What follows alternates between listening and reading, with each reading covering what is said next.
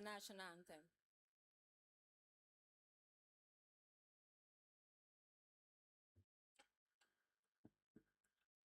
Stand and sing of Zambia, proud and free, land of work and joy and unity,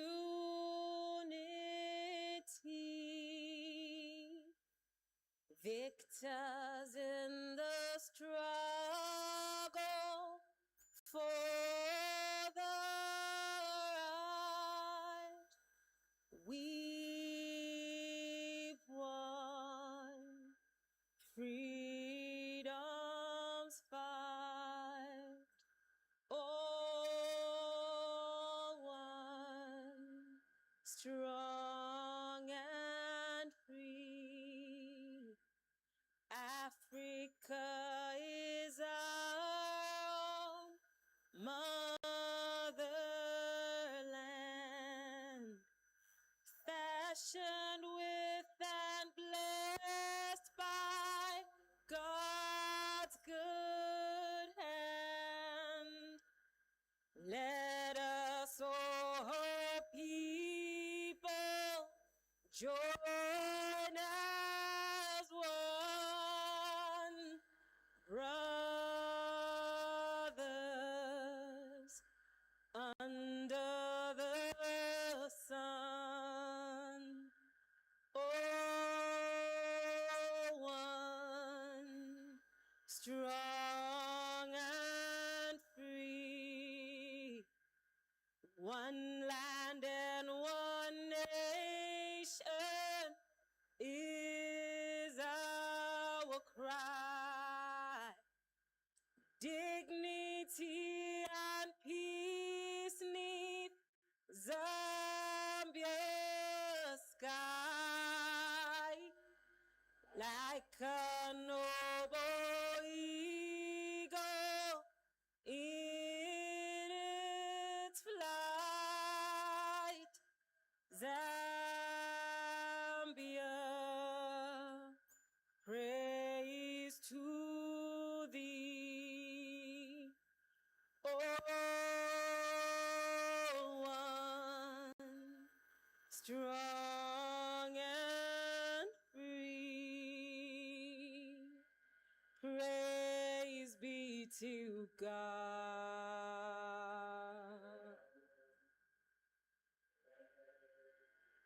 Bless our great nation.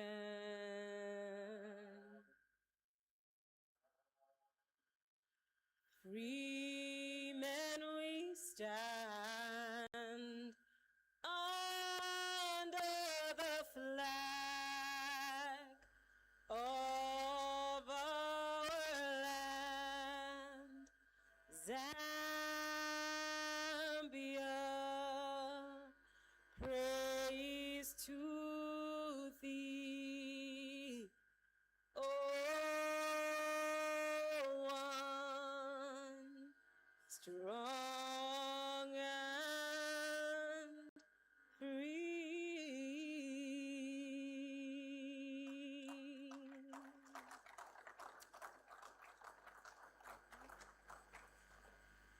Jeremiah, the prayer.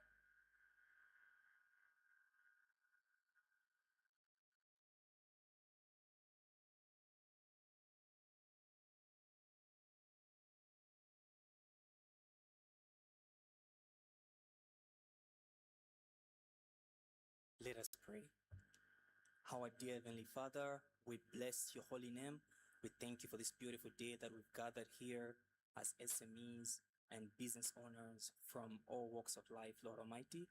Father, we pray as we are here for digital transformation, as we are here, Lord Almighty, to gain knowledge, as we are here, Father, to network and learn from each other. We pray for your Spirit, Lord, to take over every part of this event. In the mighty name of Jesus Christ, I pray. Amen. Thank you, Jeremiah and Jilla, for the national anthem. Shall we encourage them? We may be seated.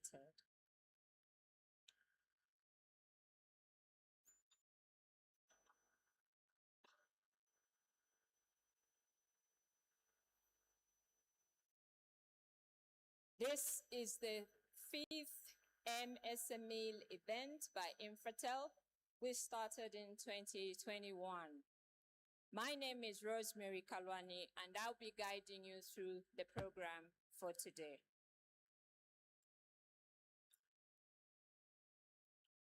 Today we have gathered under the theme, which is both a statement and a sermon. Digital transformation, a strategic imperative for MSMEs. I'm sure that reminds us that the future cannot wait for us. We all have to digitalize. Like what the Minister of Technology once said, that everything we do has to be digital. We have to work digitally, we have to speak digitally, and probably eat digitally. So without further ado, I will invite our CEO, Dr. Evans Slave, for his opening remarks.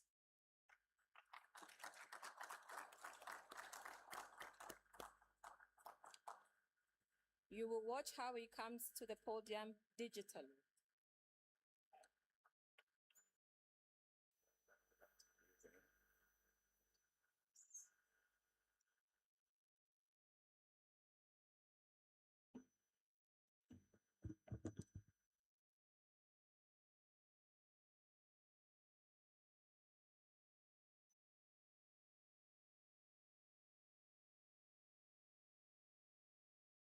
I hope I worked digitally.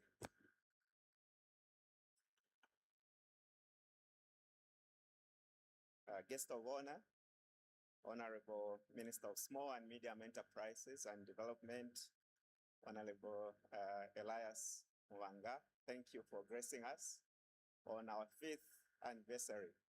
You've really been very supportive of us. We appreciate your support throughout the years. Thank you. A big hand for the honorable. I also recognize the senior government officials that are also very supportive from the Ministry of SME, the Acting Chief Executive Officer of the Zambia Chamber of Commerce, Mr. Emmanuel Mumba, representatives from Zanaco, Access Bank, we've got ZISC General, Microfinance Zambia, ZISC Life, Zamtel, and all our other partners, and the MSME and cooperative community whose event we are celebrating here again, like I said, for the 5th year running. Infratel management and staff, the media that will carry the message across all various platforms, distinguished ladies and gentlemen, I want to welcome you to our 5th anniversary and 5th hosting of the MSME Digital Open Day. Good morning to each one of you.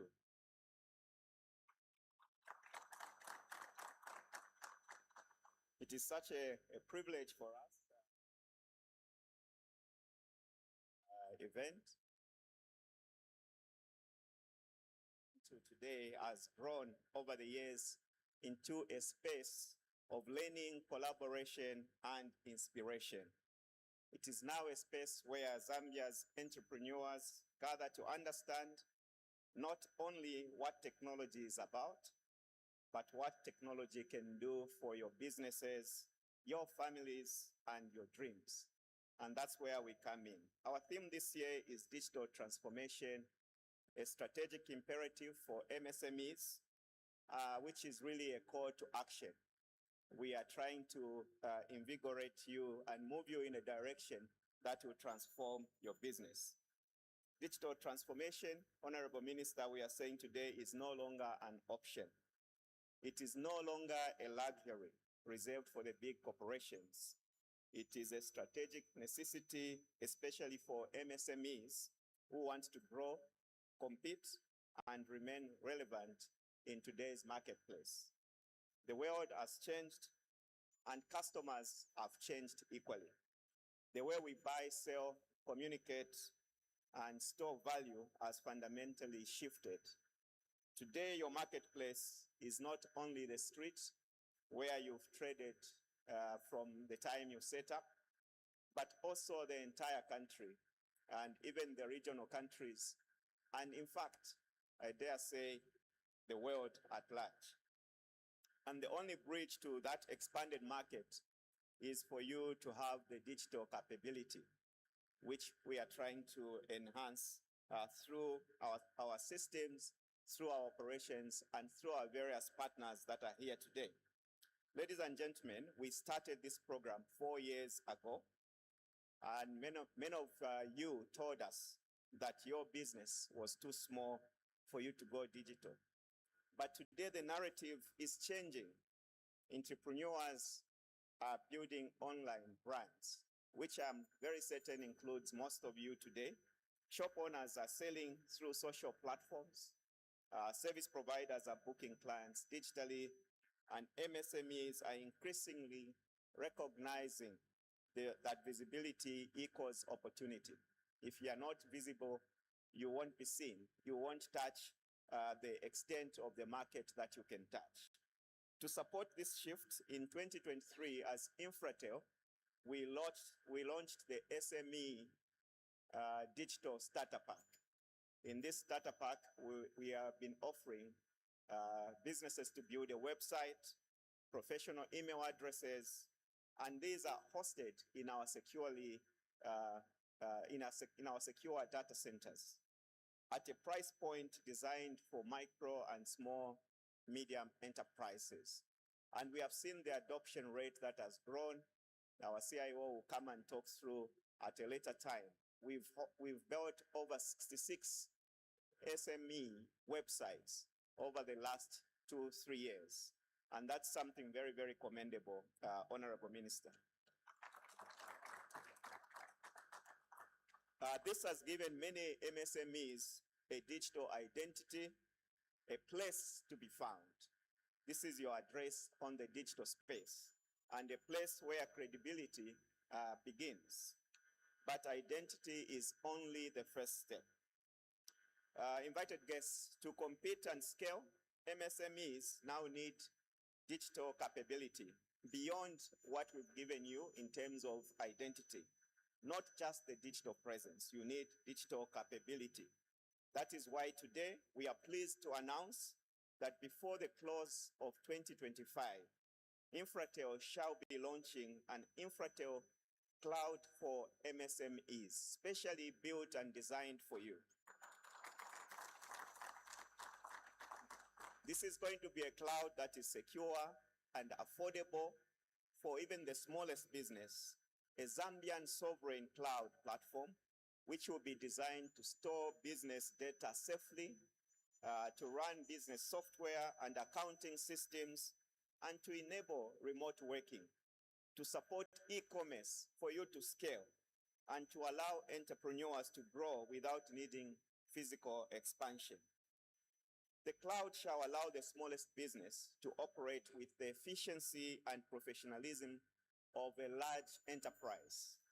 If you can use a smartphone, that's what we are saying, if you can use a smartphone today, you can use cloud tools. It's as simple as that. There's nothing complicated.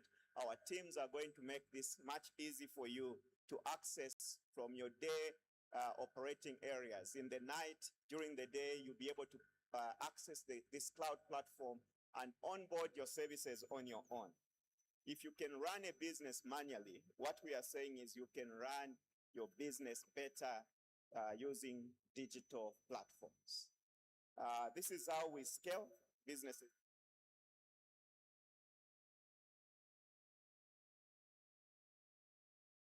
And we have to emphasize that it's not for you to get more space, more buildings, more people.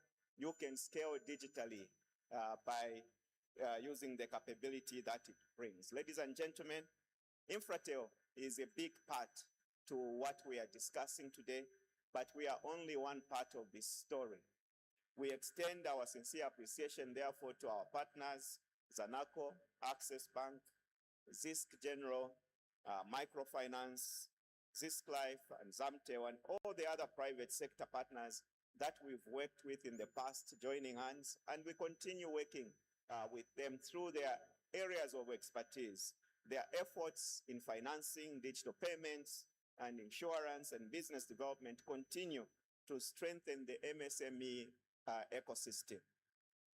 To the Honorable Minister, we say thank you so much for consistently championing MSME growth. The MSME Indaba that was held a week and a half ago actually attests to the level of commitment that your ministry has put in to address this gap that has been there in the country, and also to identify that our development will only grow with the SMEs being brought in and growing to their full potential, operating at their full capacity. That's how we will change Zambia's economic transformation. And to the owners of this event, the MSMEs, here I say, do not underestimate the size of your business. There's no business that started big. Your business is not small. Your market has simply not yet been reached. You've got a huge market to reach. So do not underestimate the size of your business. So therefore, go digital, adopt cloud tools, and sell beyond your street, beyond your town, and beyond your province. Let this year be the year you decide that your business is not only going to survive, but also going to scale. As we commemorate the 5th MSME Digital Open Day, therefore, I reaffirm our commitment as Infratel to empower you, to enable you, to connect you, because when our MSMEs transform, Zambia is going to transform. When MSMEs digitize, Zambia is going to digitize. When MSMEs thrive, this nation will prosper. I therefore thank you, and I pray that you will pay attention to all the deliberations and steer the full course of the event so that you can optimize and maximize the opportunities that are before you. God bless you as entrepreneurs, and God bless our great nation. Thank you so much.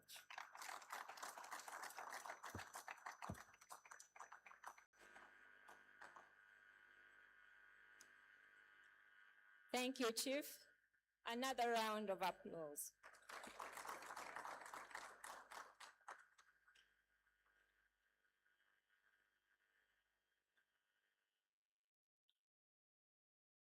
You've heard, we are here to empower you and to ensure that you get the capability to adopt digital transformation tools, a special cloud for the SMEs. Guys, that's so much love. Shall we say thank you with a round of applause?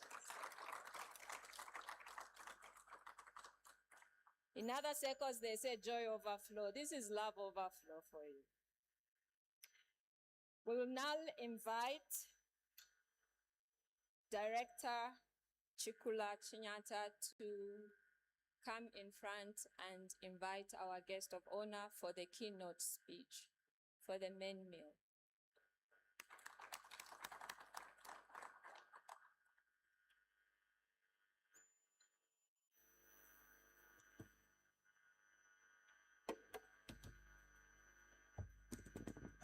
Thank you very much. Good morning, ladies and gentlemen. Before I invite the minister, I'll just mention two quick things. The first one is that minister had sent me, he had assigned me to represent him in South Africa at a ministerial conference for SMEs for Africa. And this was hosted by the International Trade Center. And they identified three important areas where we need to focus as a continent. The first one was access to finance, that we need to enhance our capability to deliver finances to our people who are running businesses here in Africa. The second one was that we need to focus on the green transition. And you have seen how climate change is affecting us in the energy space, isn't it? Right? And the third issue was the digital transformation, which is what we are here for today. So at a continental level, we have recognized that digital transformation is important because it will grow our businesses. And last week, Minister, you hosted the Indaba, whose theme was around the Africa Continental Free Trade Area, which we can harness if we adopt the digital transformation. I hope we can see how these things are all linked together. Because of this, it is my rare honor and privilege to invite to address this August occasion the Minister of Small and Medium Enterprise Development,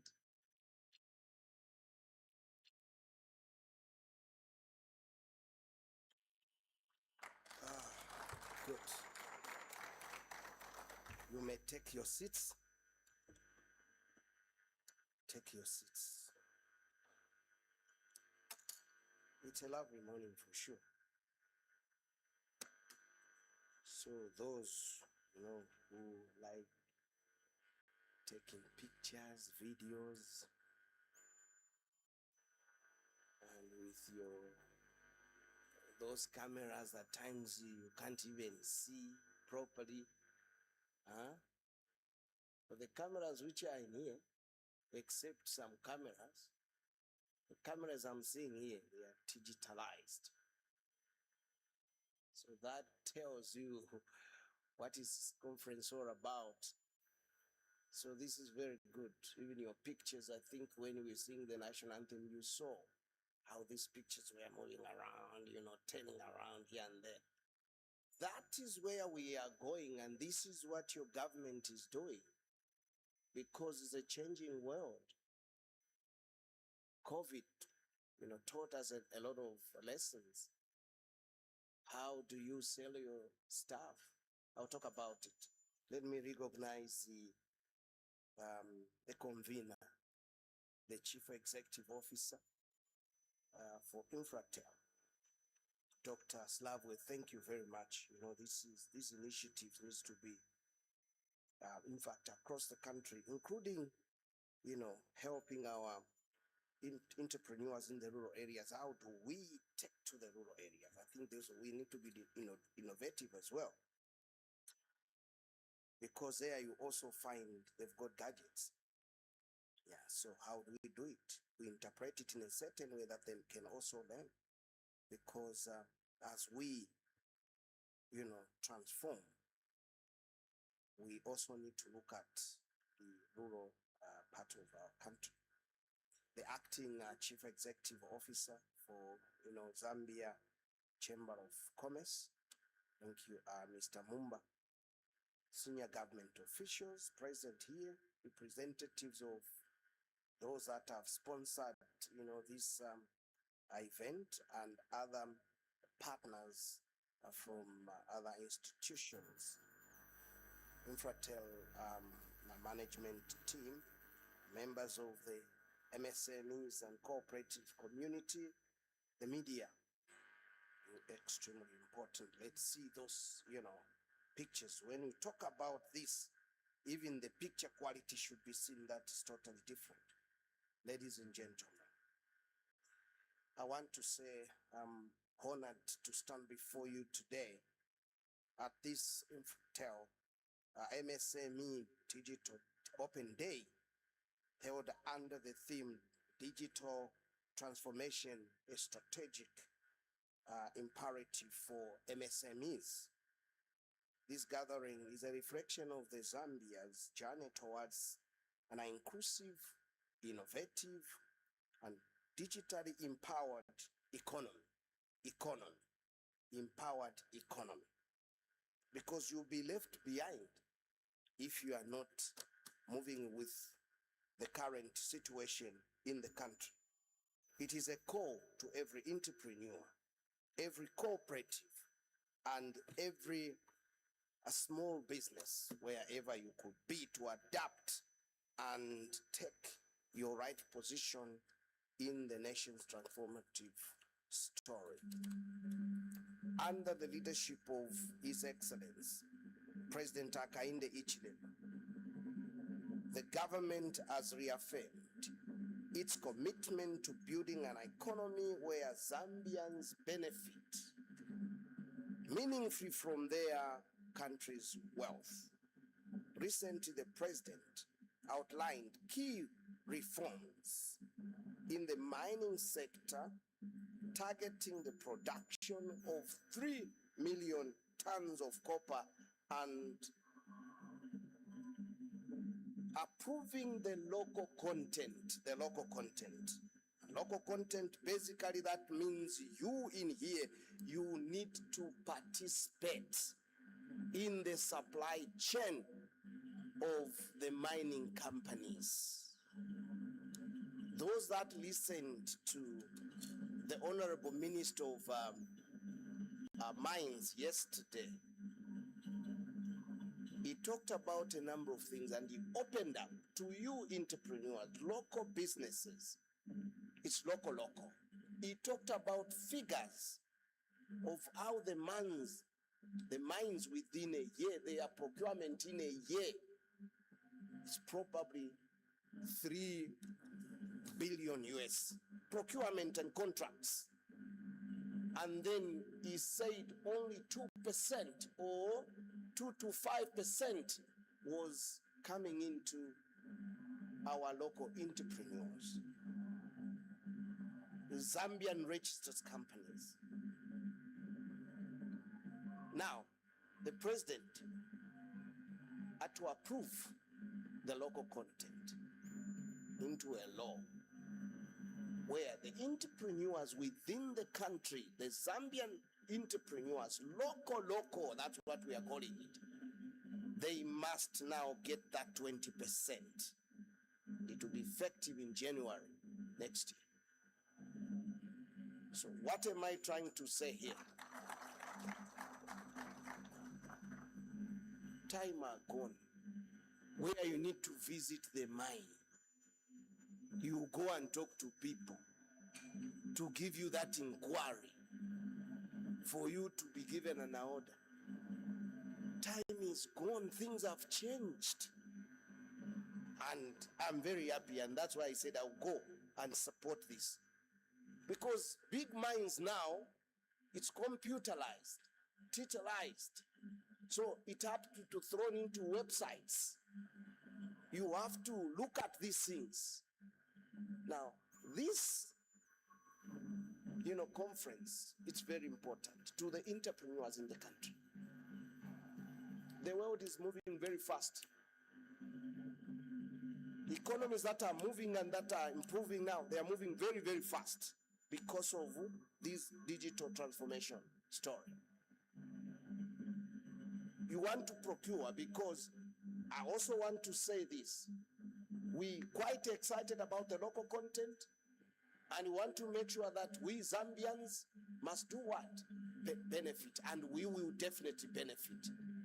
And this is good, Dr. Slava. This is very good because it's actually aligned with this local content approval for our SMEs, entrepreneurs, and cooperatives to take, part in the mining chain. You'll be able to access. We will help you as especially commercial ministries, commerce, SME, and the line ministry, which is the Ministry of Mines. How you should be able to tap into all those. And then you see there's an inquiry there, you participate, there's an inquiry there. We want to visit the mines so that they also need to be open. If they want to buy this, it must be thrown in there so that you can go and also pick from that basket. But how do you pick it? Without learning what, the Infratel are talking about.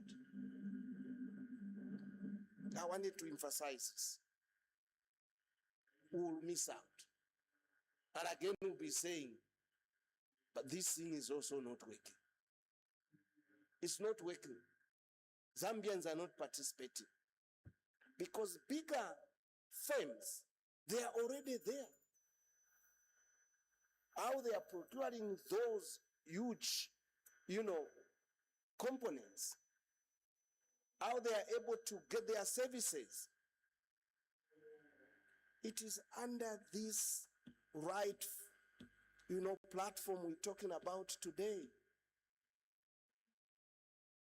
Your phones, now, the phones, the way they are changing, we started, Isaiah will tell you how we started when these cell phones came. Some of us were moving with those big ones. They're even putting it here. They were making too much noise. But now look at the phones that you have. Everything is in your phone. Everything is in your phone. Wherever you are able to quote. You are able to visit a website. You are able to visit any company. You are able to shop. That's what we're doing. And I'm very happy with this. The number is not enough. I think we need to do it more than this, so that everyone is connected to this. And I wish you had come when we had our Indaba. Otherwise, we'll be left behind. I wanted to emphasize that from deep down my heart before I proceed reading. We want to see the Bill Gates coming in from here, Zambia. Imagine 3 billion when you put up all these mining companies together, their procurement. 3 billion in a what? In a year. And 2 to 5% is remaining in here.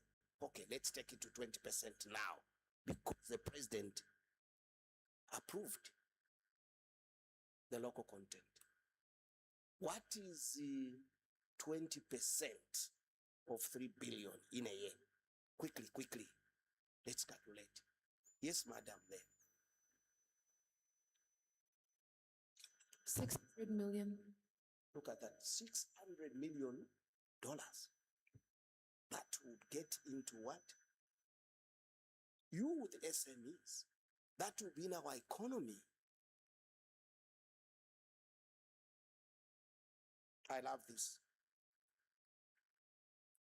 The local content is connected, which is the statutory instrument number 68 of 2025. And then government has also, in the year 2025, there is another SI number 45 for 2025 to make sure that you, the local entrepreneurs, participate. Now, this is in almost every institutions of government. Reforms have been in there so that you can also participate, and we'll be following up with this. And there's a circular. I want to talk about a circular within our government, system, or rather ministries. Circular number 18 of 2025. Look at that. It's 2025.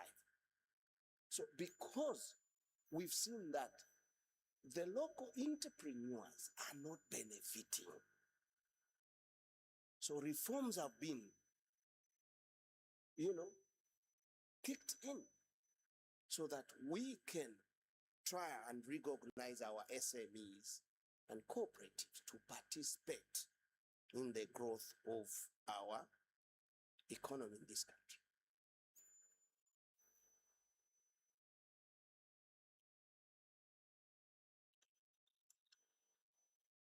So all these efforts, even through our Infratel, is to make sure that you, the business community, participate.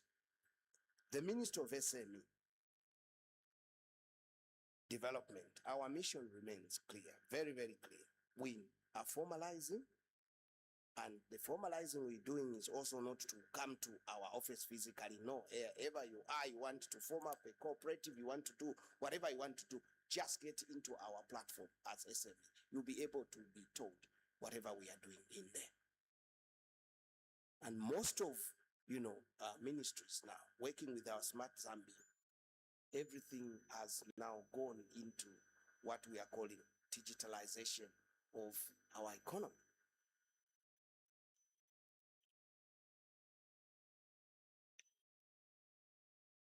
we are building capacity, and I think we also need to have these virtual meetings. They are also very important. From here, we can be having virtual meetings. Even this one, like this one, because you are the ones who are championing it, we could have actually set up centers where other SMEs could have, maybe we could have 100 there, 100 there in provinces, and they're able to listen to what we're talking about. This is a digital world now. So I'm suggesting, is a suggestion, this one. Next time, which is probably next year, because we are saying this is the what? The fourth. The fifth could be that in every province we will arrange. Let's work together with the Minister of SME. So that in each and every provinces, they can, log in online, and they are able to be with us in here, because you are the champion of this.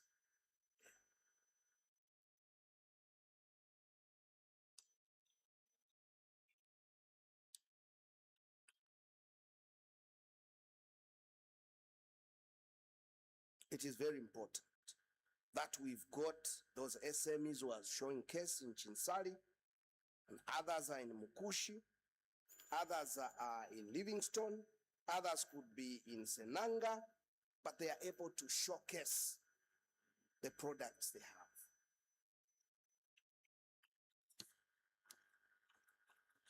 have. Infratel, I still want to commend what you're doing. And I think if there is any gaps, government is here to give you the full support. The Minister of SME fully supports, and we championing the digital transformation agenda led by this government. And you've actually heard what the president has been talking about. And this is why that ministry was actually realigned, the Ministry of Technology and Science, so that we can emphasize what is happening elsewhere globally.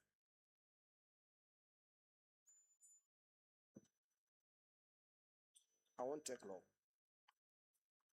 because I'll repeat myself. As government, we will continue to also align our policies with your demands. The demands are that we need to go digital. So then we need to bring in the reforms. We can't just rely on maybe 2019, laws, when this world is changing. And that's why you've seen, with these reforms President Hakainde Hichilema brought in, the economy of this country has started now moving. It has started now running. Have you visited the airport of late? Those who've been to the airport, go and see how many planes are getting in, going out. Go and see the cargo planes coming in. So the economy is moving. Get into tourism space.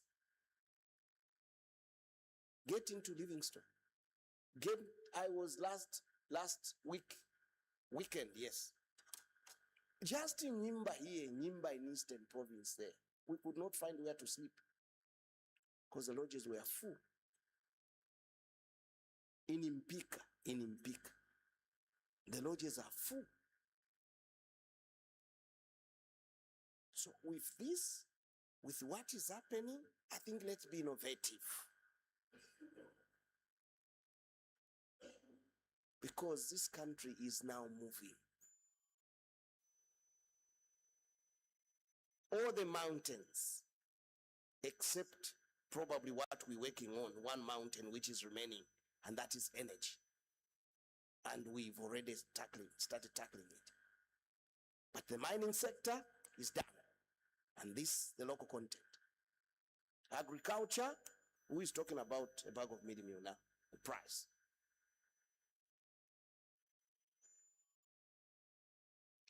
At times, it's better to talk to entrepreneurs like this so that you understand what's going on and what's happening. Now, we, your government, We're working on the power, the energy. That's the elephant in the room. And we are ready to kill it. We're moving. Now, as entrepreneurs who should be part of that, this seminar, conference, it's very important. Why am I thinking like there's something that is not right? Something is coming, flashing, as I'm talking to you. I think it's about the number. And those that could be connected to this conference. That is what is now saying, Minister, I think talk about this. We may have our own businesses in here. Are we sharing what we're learning from here? Because we've got those who are on the copper belt. I'm emphasizing this point, Doctor, because I understand what is going on the copper belt, what is going on in Northwestern. I'm always there. You know, the mine, now we've told them they must support you entrepreneurs by coming up with a product that should support you into their value chain for you to supply the goods and services with their standards, the standards they are looking for. They must do that. Then the local content will be meaningful. We started with the Kalumbira, remember? Kalumbira. There is even an office there now for the Minister of SM. We work with them. And these other big companies, this is what we want to do. It may not only be within the mining sector, but we are also going with this other SI 45. We are also going to other big companies to try and develop this product to support our SMEs and cooperatives so that they can build capacity. That's it. But you know, in all these things, you need to sit before Dr. Slavwe and learn and understand how business are done in this world now. Otherwise, Mukalano tuma nani, tuma quotation book. No one will look at you. The invoice handwritten, fairly poor, it is gone, is done. The money is not by checks now. My transfer MP. We want to see you become big in this country. And that's why all these past governments, none of these past governments signed that local content. They brought in the issues of capacity. Partly this is capacity building into this local content, which has been approved. Some of you, the ministry will invite you to get to Konkola Copper Mine, because they'll be soon starting what they call business clinic to enhance, develop the capacity within the SME sector. We just have to do it because it's law. Once law, it is always law unless you change. Now, that 20%, come January, we will be watching. And it's clear now. I didn't even finish when I said we want to see how much have you procured last month. We want to tag with them. We want to look at it. We've only done, let's say, 100 million US dollars procurement contracts. Okay. What companies have participated? The Minister of Mines, Minister of Commerce, and myself, we want to see how many SMEs, local, who have been given these contracts, who have been given what? The orders to supply to the mines within that 20%. So don't just concentrate here in Lusaka with the small businesses. Get into the mining as well. Move in there. will support you.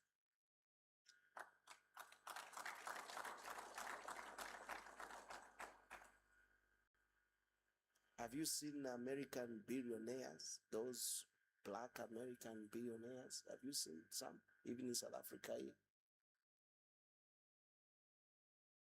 We don't want to underrate ourselves now. I think we have what it takes for us to build our own economy. Budget support. I just want to remind you, this year's budget, locally it has been supported 81%. 81% local.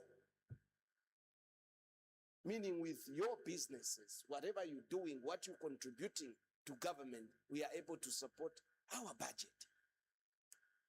And with this local content, I'm telling you the truth, we shall go 100%. Those are the connections. And when we support 100%, what does that mean? Then we are now becoming a giant. We are now becoming a giant. We've moved very quickly, those who are into mining. Where now the Minister of Mines, working with the Minister of SME, is giving artisanal licenses to our cooperatives to get into these, especially the gold, the critical minerals, the lithiums. Don't fear. Business people, please, and I want to emphasize this because I've seen it with my own eyes now. Don't fear anything. You can do it. Ladies, you can become big. In Southern Province here, get a big mine there. You become the CEO of that mine. In Muchinga, where I'm coming from there, get a license. You become a CEO of that big mine there. Not if you are to my bondi paper, to my pencil, my karafe muma saluni. Nokuya mkushita ma jeans kuma South Africa na kuma Tanzania. Mulepita ma office. Pakutiroka ndala mashikafu. It's a conversation, this one. So the connection is what you're doing, the product you are, you connect it with now this transformation. Then we'll become big. The local content, we are looking at the price, the quality, and the time. These are very, very important. You've been given a contract here of, let's say, $1.5 million. You have to supply this and this and this. How are you going to get them? But I want you to have a conversation when I go. How are you going to get those? They are probably not here. You have to get them somewhere in China. What means? What are you going to use? You have to find the money for your air tickets. You go to China to start looking for those. This time with what you're doing today, this conference, Digital Transformation Conference, you just get your phone. Ding. You even now compare. Easier. There is where there is even say, order. Are you order? Pay. If you have my air ticket, out. If you have my accommodation, out. Just there's someone that will go and pick it up within what you're learning today. They will pick it up from that factory, take it and bring it to Zambia within 5 days. And you are done. And you do what? You supply in the mines. So that's the connection. I wanted to emphasize. Director, some of the things I haven't read because I saw them. I wanted to speak to our entrepreneur who should become big in the next 2 years. God bless you and enjoy the conference.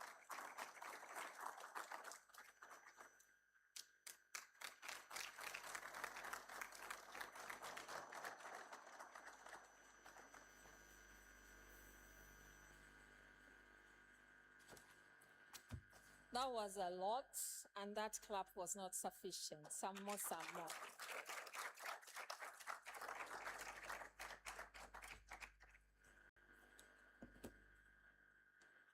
Thank you so much, Honorable Minister. I don't think that was a speech, eh? It was a conversation. Iliashi. But to take up what Sorry, I'm from the Copper Belt. I've gone back to Bemba. Okay, let the English come back. Yeah, so that was a conversation. We've been challenged. We've been encouraged. And I think from this moment, we should be able to step up. There are some things that have come out. CEO talked about commitment. The minister has talked about commitment. It's commitment double. It's your special day today that you have two aspects. The digital giant has committed. The bigger giant in government has committed. What more do you want? It is also your commitment as an SME to take up the challenge of what the minister has said and walk the path. The digital path. You have to walk digitally and think digitally. Get connected. Another round of applause for the minister.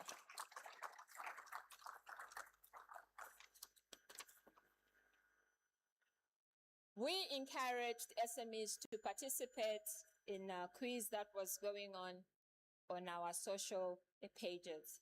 And today we want to announce that winner. So I will invite our CEO to come up front.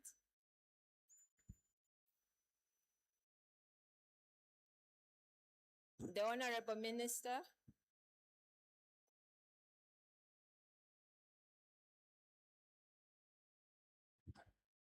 I will also invite Infratel, Ms. Cecilia Kongwa, Mr. Stephen Ngala, and Mr. Mbumai.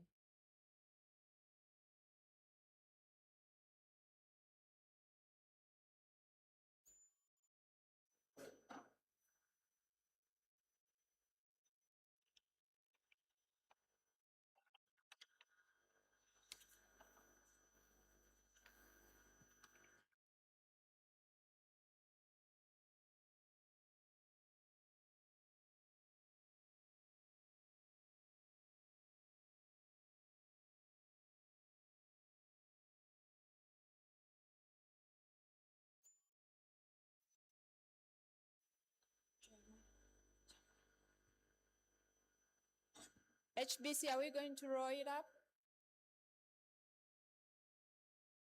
So Msme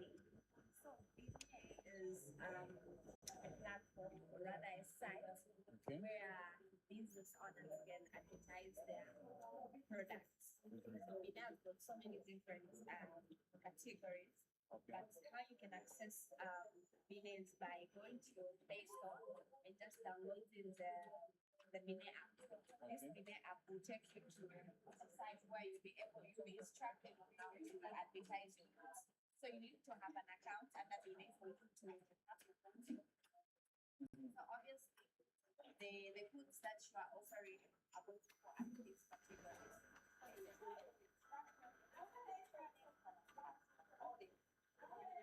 And as a business owner, you're now going to be able to advertise. It would be interesting if our customers were to know that we're calling something Msme, of which they are waiting with something.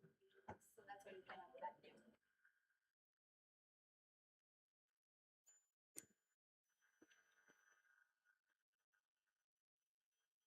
Okay, and this year's winner is Msme Innovations Limited, being represented by Leonard Musonda.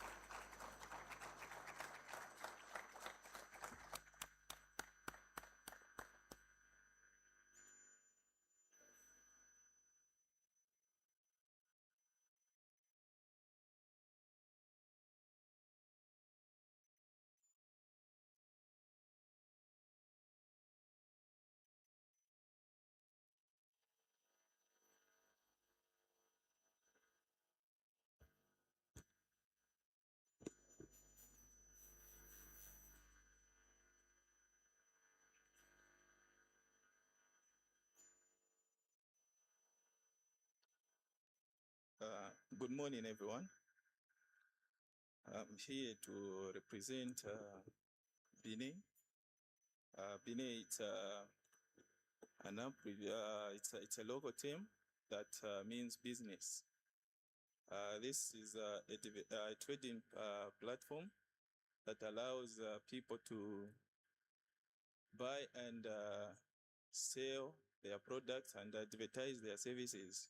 We want to say thank you to the government and to Infratel for giving us this opportunity. I believe this is not just a boost, but it's also a motivation to continue developing this software of ours.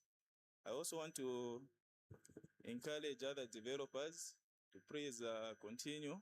There's still enough land, or should I say there's still enough room for a country which is rapidly developing like Zambia, for other developers as well. Thank you, Infratel. Thank you, everyone who has made it possible for us to get this award. Thank you very much.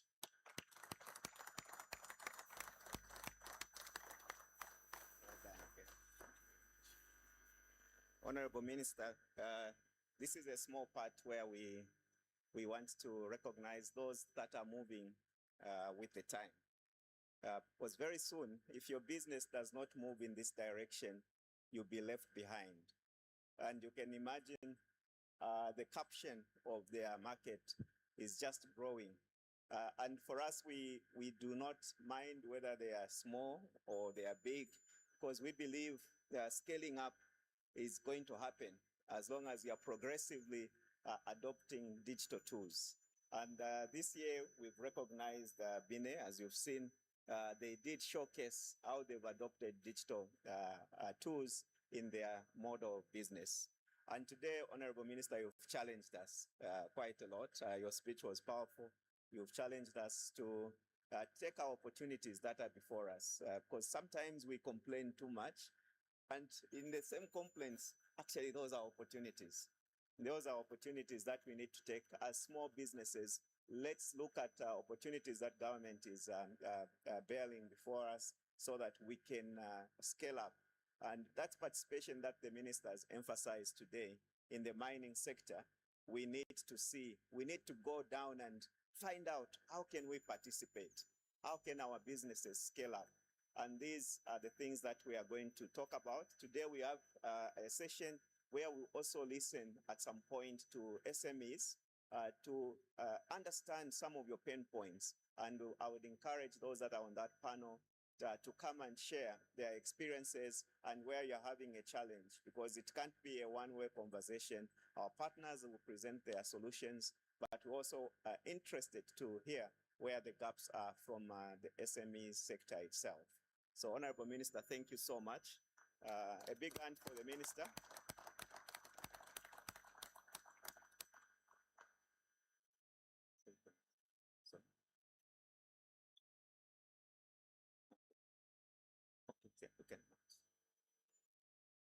Thank you, CEO, and thank you, Honorable Minister. We have our partners in the house and they are displaying a few products. It will be good that we allow you to visit the stands. Thank you.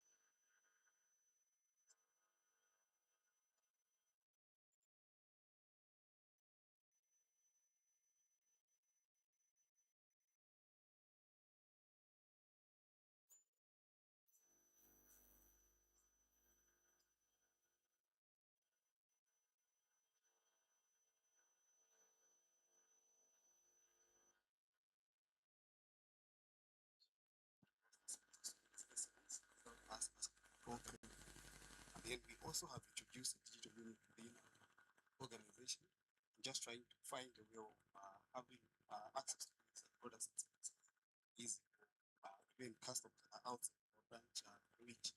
So we have that, and we have a number of projects also. The ministry as well, just trying to see how we can partner together under the digital space as well as Infratel just to assist that. Because you see, as the economy is now moving, we run it now. Yeah. Our SMEs, entrepreneurs, and corporates, they actually finance. No, we are really available. And then government is saying we want private sector to participate.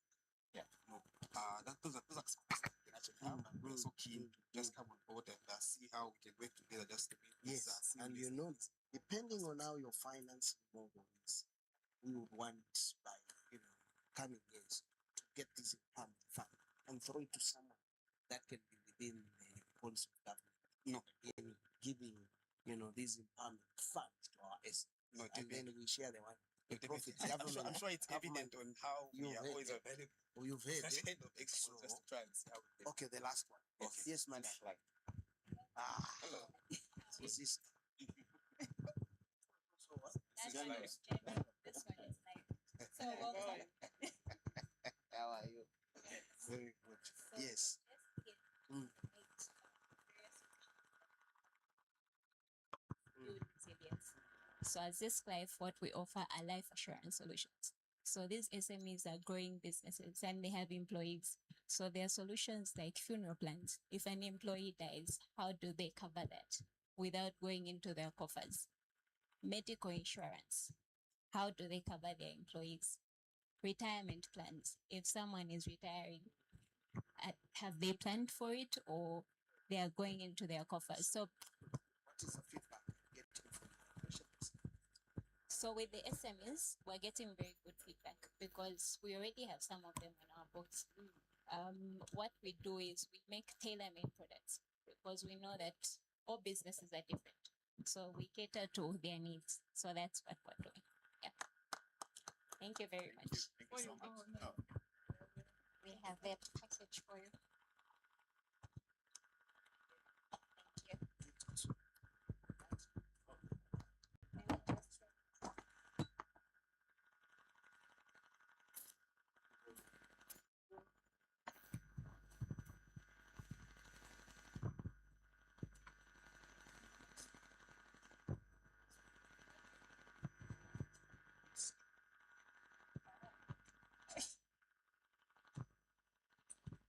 you.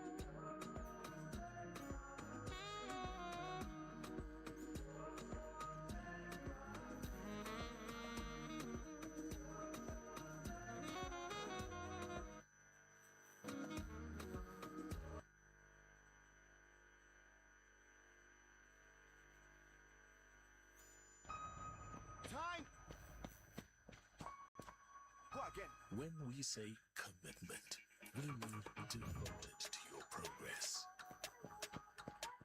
Eager to see you rise, pick you up when you fall, dust you off, and get you back in the game. We mean there for the good, the bad, and everything in between. Not going down without a fight. Not just cheering from the sidelines, but in the thick of it all, we're in it to win it with you.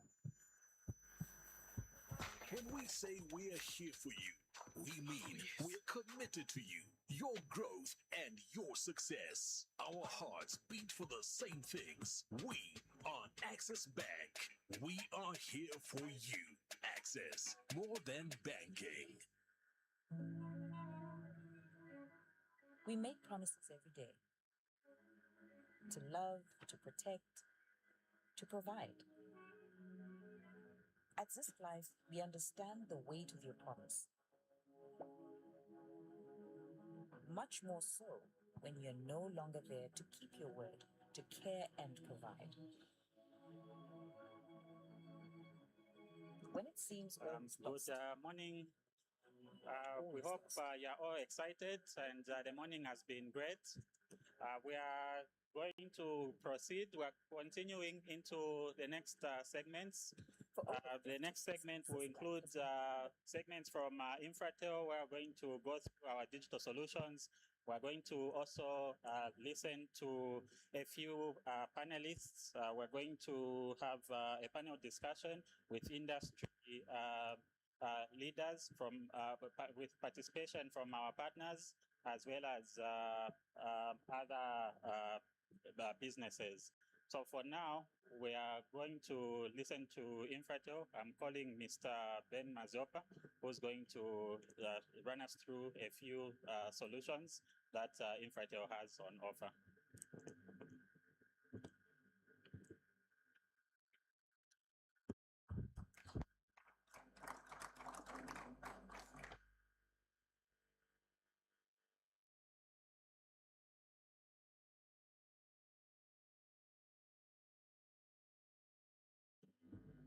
Riding on the already established protocol by the previous speakers, to simply say good morning. So I have a presentation on the digital solutions that Infratel provides. So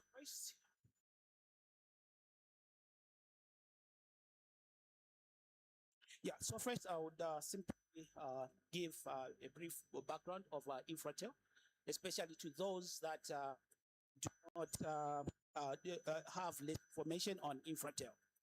So who or what is Infratel about? Infratel was established by government through IGC. So it's simply wholly owned by the government. And let me say owned by the government because it's a subsidiary of the IGC group of companies. And it was established in September 2019.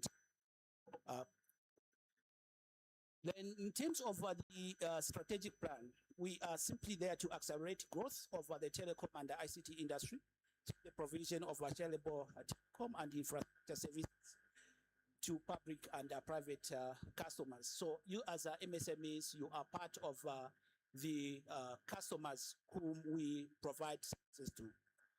Then Infratel itself owns and operates 3 data centers, which are tier 3 data centers, which are spread across Zambia.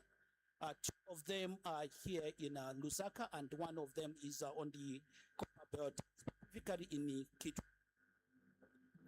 Then Infratel owns and operates 1,257 telecom towers, which are distributed across the country. So if you are into business with microwaves, satellite communications, then you can opt to collocate your devices onto the towers. Then in terms of these services, we provide tower co-location, data center co-location, where these are associated with you owning the devices, and then you take your devices to our data centers so that you'll be able to utilize power, cooling, ventilation, in short, the HVAC. Then in terms of the storage, we also provide data storage where you be able to store your data content or your information, because generally when you are using your local computers, you may have limited storage. Then we also provide server renting, software development, and cloud services.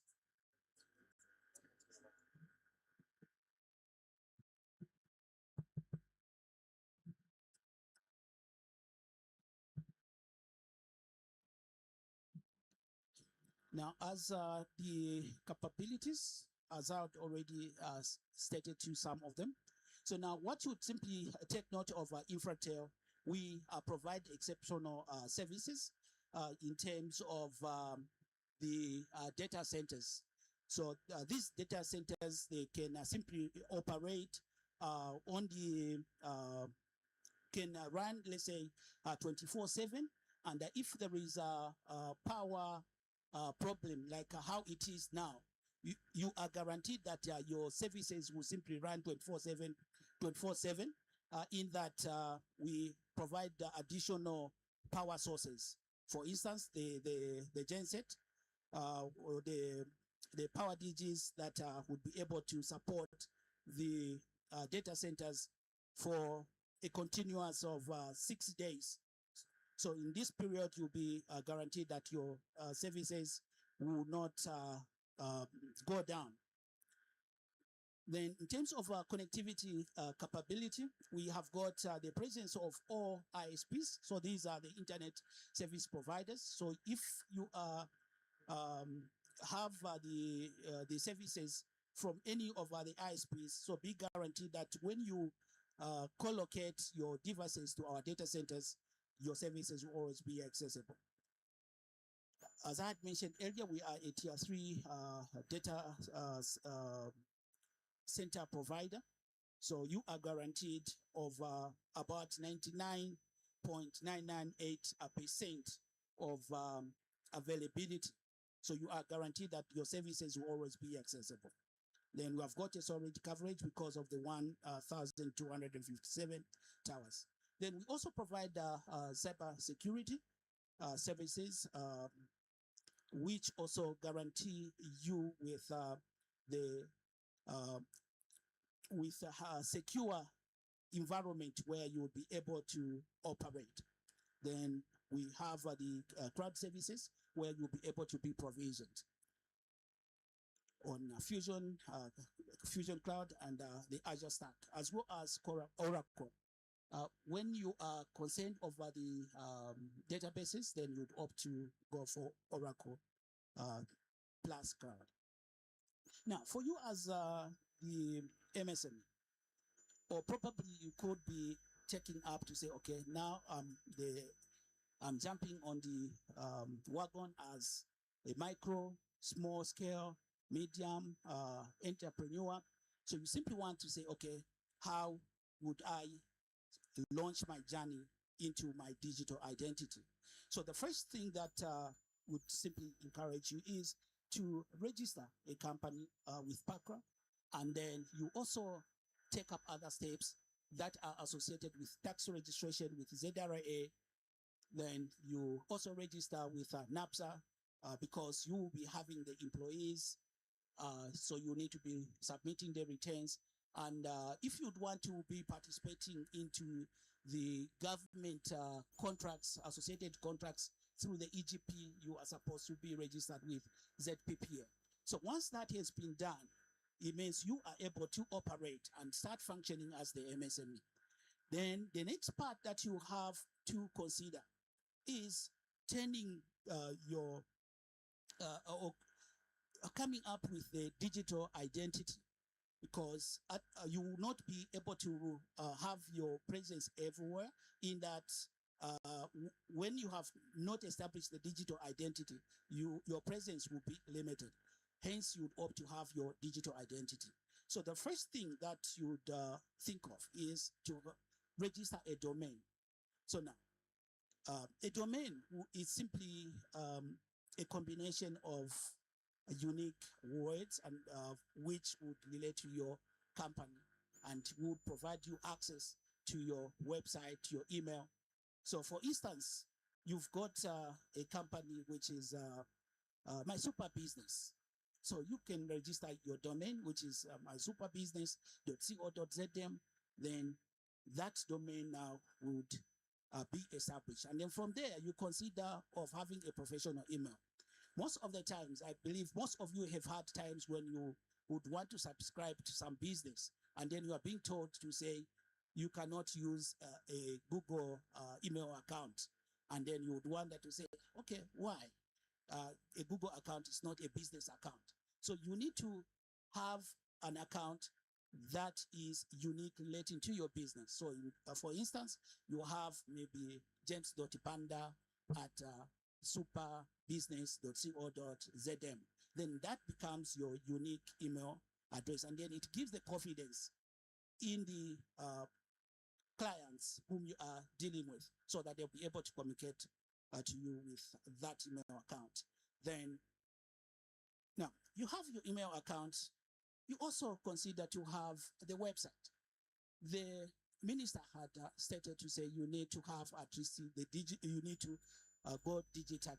So in this part now, you have your presence onto the internet, and then people will be able to visit your website and know your identity or your footprint onto the internet. Then these processes or these activities that are associated with domain registration, professional email, and the website, they all have to be hosted. So these are the services that us as Infratel are able to provide to you. And generally, when it comes to do with MSME packages, are very much affordable. And we implore you to come on board and have these services. So now, you have established your digital identity. And you see that your company now has commenced growing or expanding. You may now need other tools that will help you in how you are carrying out your activities or how you are carrying out your processes within your business. As Infratel, we simply provide the online recruitment platform. What usually happens is that when you have established a company, you want to recruit people, and then you would let them to submit application forms or application letters. So now, instead of using the manual way, you are able to use the online platform, which is the online recruitment portal, where applicants would submit their applications, and respective human resource personnel would be able to shortlist the qualified applicants. So these systems provide automated job posting, in that all the jobs, once they are posted, then they'll be able to be reviewed, and it has got streamlined workflows. You may have a number of people who are able to carry out the task of approval, or maybe somebody does the shortlisting, somebody approves that shortlisting, and you end up communicating to those that have been shortlisted. Then the system provides the dashboards, customized selection for qualified applicants, and also provides easy management of large number of applicants. You would simply find that when you float a job, you may have thousands of applicants. So to simply filter through who are the qualifying, the system helps you to shortlist a limited number of applicants, hence providing that guarantee of selecting the best candidates. Then if you are interested as well of tracking the performance of the employees in relation to the organization objectives and let me say strategy and objectives, you would opt to use the performance management system, which is a system that enhances the tracking of the performance of employees, where you will be able to set your goals. You'll be able to set your your strategic plan, the goals, as well as the objectives. And then you would also be able to carry out the continuous performance review. For instance, you may have your performance reviews quarterly, mid-year, or annually. So you'll be able to know to say person A is able to contribute towards the performance of the organization, maybe 80%, 90%, and generally you will be able to have the overall performance of the organization. So the system provides 360 feedback from the peers and managers as well as the subordinates. Then the system provides for tracking of organization's performance towards its strategic objectives. So performance generally is important. So this could be one of the systems that would be able to help you to know your performance, not where you argue to say, but this is how I've been performing, and you do not have where you are tracking how each individual is performing. Then as you continue operating, you will find that you'll be dealing with customer as well as vendor contracts. This is where the contract management system comes into play, so that you'll be able to keep track of those services that the vendors are providing to you, and also the services that you are providing to the customers. So instead of using paper-based contracts, it tends to be difficult to be tracking when those contracts are expiring. So when you use the automated system, you'll be able to be reminded on how, on when those contracts are due, thereby making you to be compliant with a number of regulatory guidelines that may be in place. And it also enables you to be keeping track of other associated documents with those contracts. Provides the automated workflows where a number of people will be set to be approving the contracts. It also provides the it acts as a centralized repository for all your services of vendors and the clients. So generally, the performance management system will be able to help you keep track of your contracts. And as you still progress within your digital journey, you'd opt now to let your clients be able to procure your goods and pay for them digitally. As you have noticed, is that we are turning more into a digital economy. So the exchange of paper-based money tends to be limited now. Hence, people would opt to use various modes of payment. So for you as the MSME, would be able to allow you or permit you or to enable you to be paying or to capture or to receive the payments from your clients, where they'll go to your site, select the goods, and make payment for those services. So in terms of mobile money, card payment, and also even bank transfers.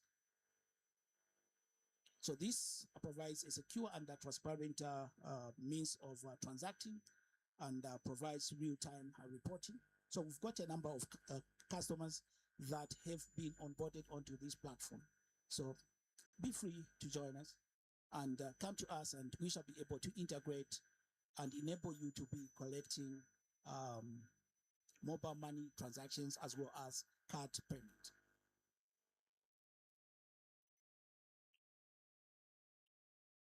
Next is the service provisioning. You may be interested in terms of tracking how you issue or how you process those services which the clients have procured from you. And then you may have a number of approvers who would be able to execute that particular business. So you would be able to use this system. So what usually happens is that if a client requests to say, okay, I want this type of a service to be provided, then that request is recorded within the system, and respective processing comments where that task will be able to move from person A, person B, person C until the process is completed, until to the point where the service is provisioned. So when I say service being provisioned is for, let's say for instance, you'd opt to have an order, and then where you package your order and dispatch the order, then it simply means the process is completed. Then the person will have to receive that package. So the system will help you to keep track of such requests, and you can customize the workflow to suit your business organization, and also be able to keep track and monitor the tasks that are within your system, and you'd also be able to collaborate with the various users within your department, and also even with the customers. Then lastly, onto the systems we have now, which is the Spaces ERP and integration of various components, so that you'll be able now to carry out your tasks within one environment. This environment provides for recruitment management, leave management, impress, and the expenses. Now, on the impress and the expenses, you may be interested to keep track of employees who are going to other places to go and work. So you need to keep track of such records. This is where the system comes into play, and also provides the transport and travel requisitions. So this is a system that will be able to help you to sort out your problems. Then other services that we offer as Infratel, we've got the cloud and cybersecurity services, infrastructure as a service, e.g. server rentals. You may opt not to procure your own servers. So you may procure from Infratel and then rent and utilize them for your services. Then we also provide the platform as a service where you would virtualize your environment, where you procure virtual machines on the cloud, for instance, on Azure, Fusion, and also now we are about to roll out a platform that is most suitable for you as MSMEs. Then you would also procure services such as that is software as a service, for instance, Microsoft SQL Server services, or any other database related services. Then we also provide the storage as a service, that is STAS, penetration testing. Yeah. Now, as the world has advanced in terms of stealing, okay, or let me call it theft, is that these other conventional ways have changed. So people now are simply using digital means also of attacking or of conducting their criminal activities. So we provide penetration testing as a means of cross-checking your systems to ascertain as to whether they are secure, they conform to certain standards. So you'll be guaranteed that after the penetration testing, you would have typical results that will help you safeguard your environment. Then we have the Security Operations Center that provides 24/7 monitoring and mitigating cyber threats that may arise from the attackers. So this can also be provisioned as a service so that your systems are also monitored. So generally, we guarantee you to say when you provision your services relating to cyber security, then you be secure in that we have got particular tools and professional staff who will be able to manage this space. Now, just for the motivational part, it has been already stated by CEO that we have supported more than 66 MSMEs. And then these are some of those MSMEs. Don't feel to say, my company is too small. Can I get a service from Infratel? So here, as you can see on the list, we have got a number of them. For instance, Doron Commodities, Mouse Properties, which are in real estate, Lusaka Apex University. We have got World Care Logistics, Vantage, the legal practitioners, that is Mumam Paper, legal practitioners, and 24, country 24 lodges. So these are some of the MSMEs that we have worked with and whom we are working with. So you are the right people or right MSMEs who could also work with us. So generally as Infratel, we are here to elevate your digital experience with cutting-edge solutions designed to seamlessly integrate with your unique vision. So trust in our team, because we have got committed and skilled staff who are there to innovate and resolve your problems. So we are there to provide the support to you. I've come to my end of my presentation.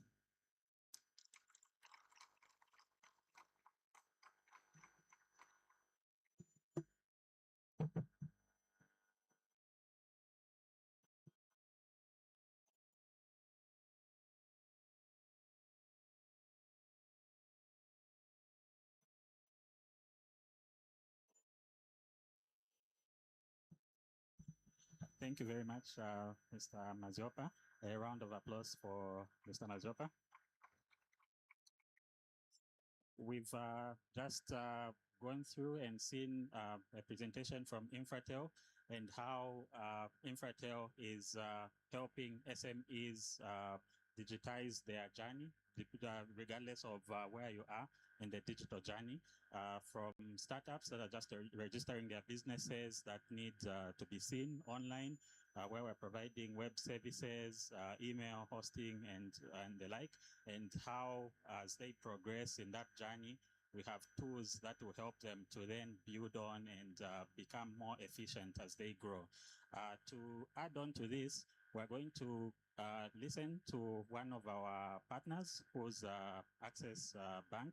And from Access Bank, they're going to speak into the solutions that they have for SMEs as well from the financial perspective. And to give us this presentation, we have Mr. Stephen Kalive.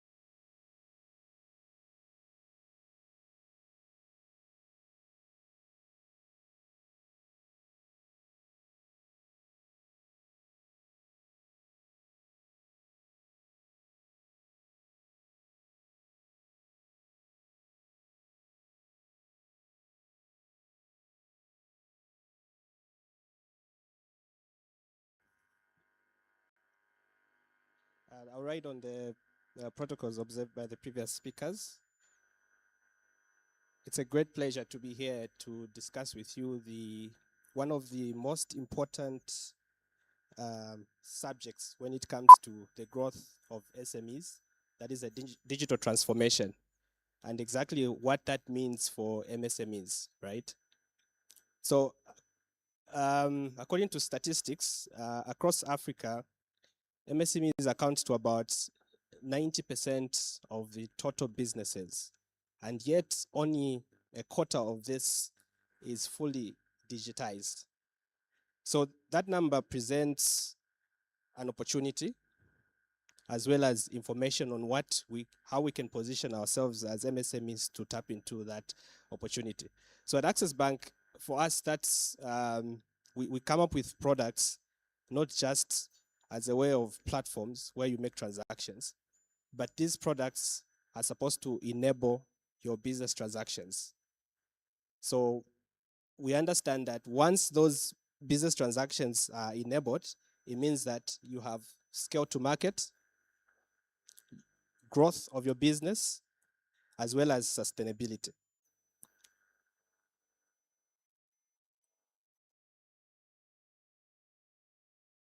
So as a way of background, who is Access Bank, right? So Access Bank is a Pan-African bank, and we have a global presence in the UK, the Lebanon, Hong Kong, China, India, and we're operating in more than 22 countries, right? Now that distribution globally, what does it mean for an MSME? It means that therefore, that you can ride on that infrastructure development, right, or growth. It means that therefore, as an MSME, you're able to make your seamless transactions, border transactions. It means that you're able to tap into capital, right, as well as a number of trade financial services that we offer at Access Bank. And Access Bank Zambia, to bring it home, the bank has grown organically as well as through mergers. So just back in the year 2021, we merged with Kavmon Bank and the recent merger of Atlas Mara. And following that merger, what has happened is that the bank has grown into being the largest by distribution. It means that we are in all the 10 provinces of this country. I know the minister spoke about he's traveled even as far as Northwestern Province. We're there as well. We are on across all the borders of Zambia. And it therefore means that wherever you are as an MSME, right, is an opportunity to access our services. There's an opportunity to access information so that it helps your business scale up. So we have about 70 branches across the country. We are over 10,000 agents. So what that means is that you'll be able to go to a Tenga Express agents and make transaction as opposed to go to a bank, as it were. So when we look at the market context under the SME, we do realize that MSMEs contribute to about 70% of GDP, right? But we continue having these challenges of access to finance being one of them, low uptake to technological solutions, right? We also have limited access to local and foreign markets. And now, as we may have heard, we are now growing into the Africa Continental Free Trade Area, which is very, very important for MSMEs to understand how we can tap into that opportunity, right? So we are providing solutions that will enable us to ensure that we're able to make those cross-border transactions, trade services. So the uptake of technology as an enabler has never been more important than now to start and uptake on those solutions.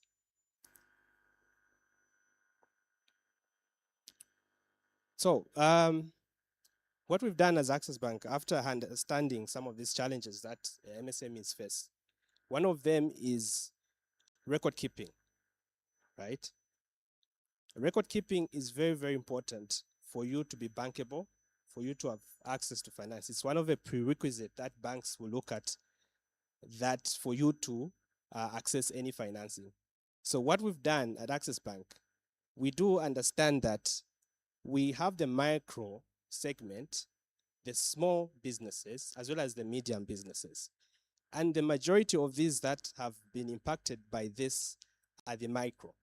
So we came up with a product, a transactional product, not just for transactions, but what it is able to do for that business. So a micro enterprise, such as Vanachanda, who's selling tomatoes at Soweto, can come to Access Bank, open a low transaction costs account.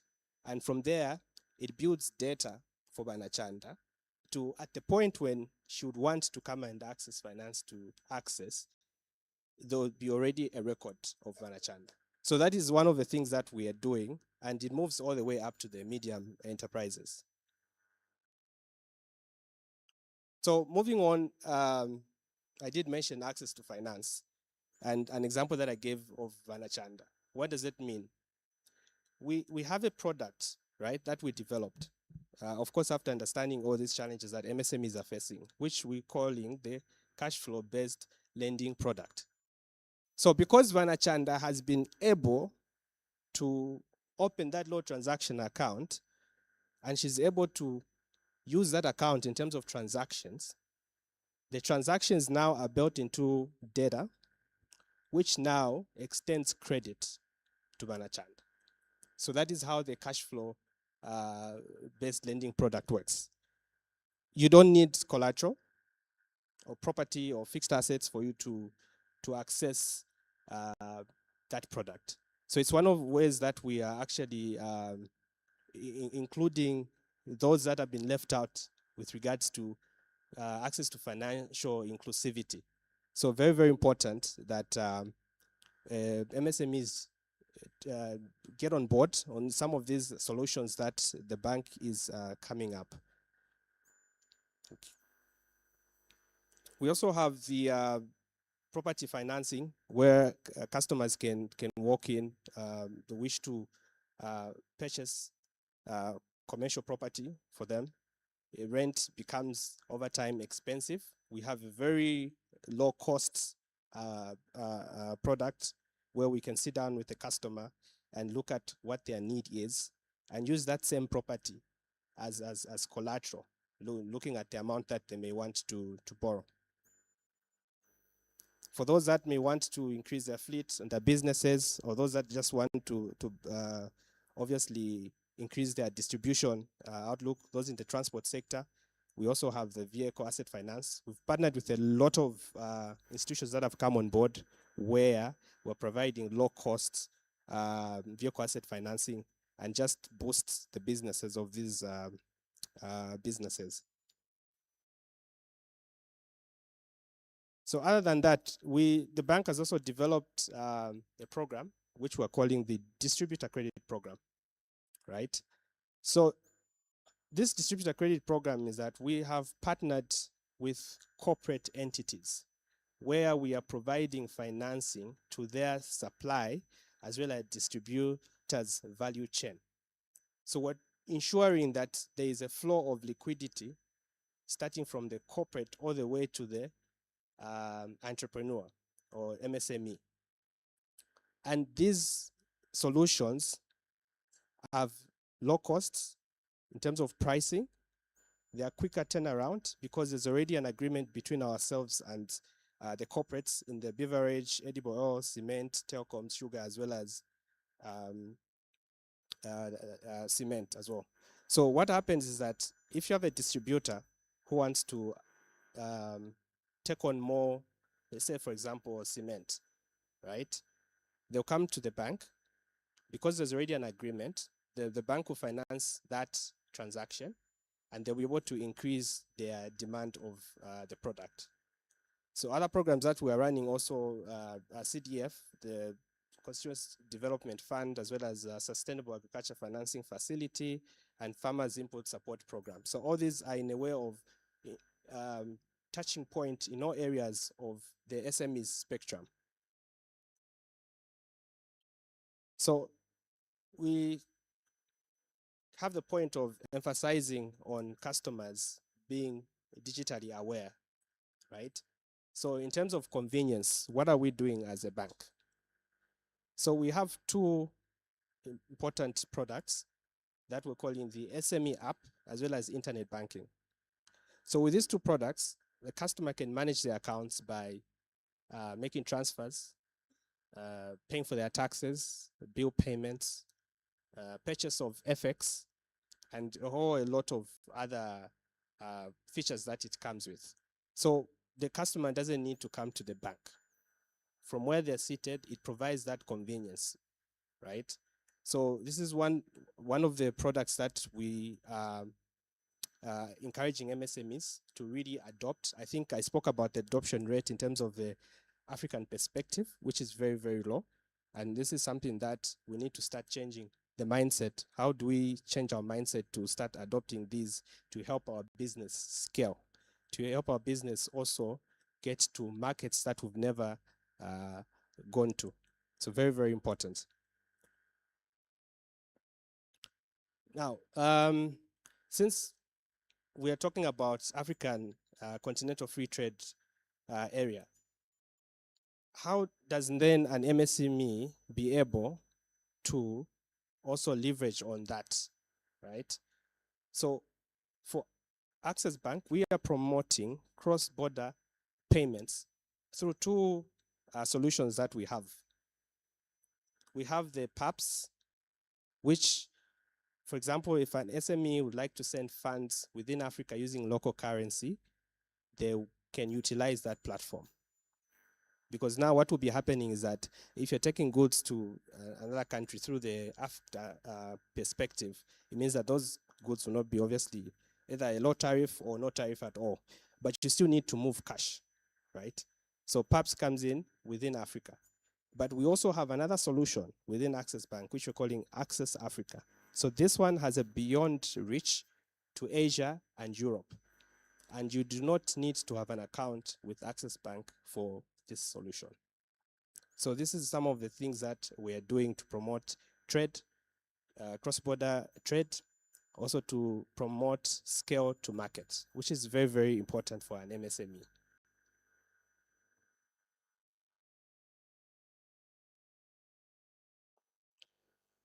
Now, the other aspect I wanted to speak to you about is the beyond banking propositions that the bank has. We do not just look at digital, but we also look at people. How can we make the MSMEs self-resilient? How can we make the MSMEs ready to uptake our products, right? So we are engaged in a number of beyond banking services. Under that beyond banking services, we have capacity building programs. So we've been holding business master classes for this year. We've traveled to about 3 or 4 provinces. And this program has attracted over 2,000 MSMEs. And we'll continue going through these conversations with our MSMEs from different locations. So what does this mean for an MSME? It means that we are able to provide that financial literacy. I think one of them is this, which we are obviously advocating for MSMEs to increase the uptake on technological solutions that are already there. Very, very important, right? Apart from that, we've also partnered with the regulatory authorities as well as the ministries. One of them being the Ministry of SMEs and the corporates. We have ZRA, we have PACRA. Right now, what we're doing is that the transaction account that I spoke of, where we are having customers that are not formalized, will be able to walk through the bank and still open a business account. We've partnered with PACRA to say, once that customer opens that account, a business account without any formal documentation, how then do we help the customer scale their business? It's through formalization. So PACRA is on board to ensure that now this business get formalized. Then upon them being formalized, they are able now to open opportunities, a lot of opportunities for their business in a lot of areas that they can actually actualize. So before I close my presentation, or as I'm closing my presentation, I'd like to just leave a provoking idea or thought, right? So digital transformation should not be taken as a journey, right? Or a destination, right? It's a journey that we should embark on an everyday basis. But we need strong partnerships, right? As well as being innovative. So at Access Bank, we're excited and we're looking forward to work with you that journey so that we're able to help you on how best we can grow your businesses from the micro all the way up to the medium, because we have an array of services that we will provide to you. Because indeed, when an MSME thrives, it means that a community and the nation thrives as well. Thank you very much.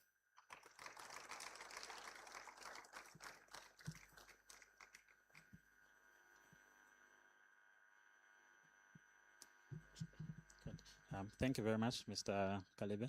A round of applause for Mr. Kalebe.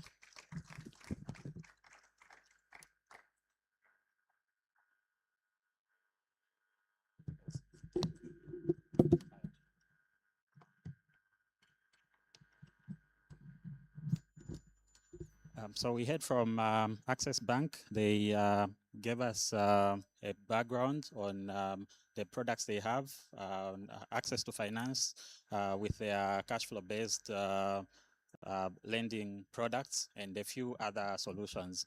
Moving on, we are going to hear from Zanaco, who are going to show us what they have in terms of SME banking.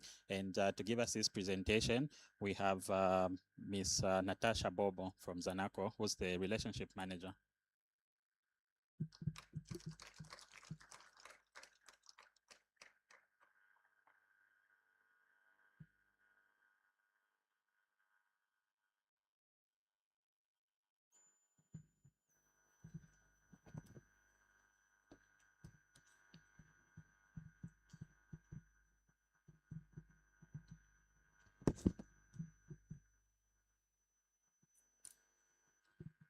Good morning, everyone. I will ride on all protocols observed.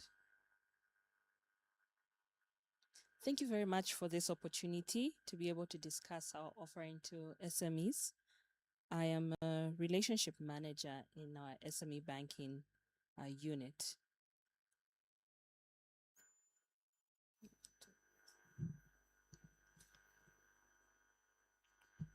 Okay, so I will start by talking about Zanaco. I'll give a brief history of the bank, though I'm sure we all have some kind of idea about Zanaco. We've all heard about it. It's the biggest bank in the country. It's the largest spread. So I'll start by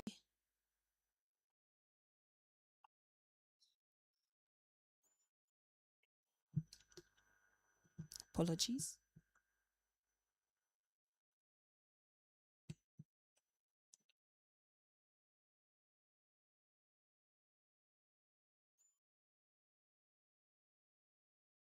Okay. So Zanaco was established in 1969 by the government to facilitate access to banking services for Zambians as well as the government. It was privatized and later listed on the Saka Securities Exchange in 2007 and 2008 respectively. And we have a client base of over 1.6 million customers with a presence in all 10 provinces.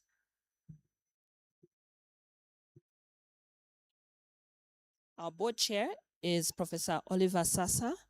Our CEO is Mrs. Mkwandi Chibesakunda, and our Chief Commercial Officer is Mr. Charlie Mwefieni.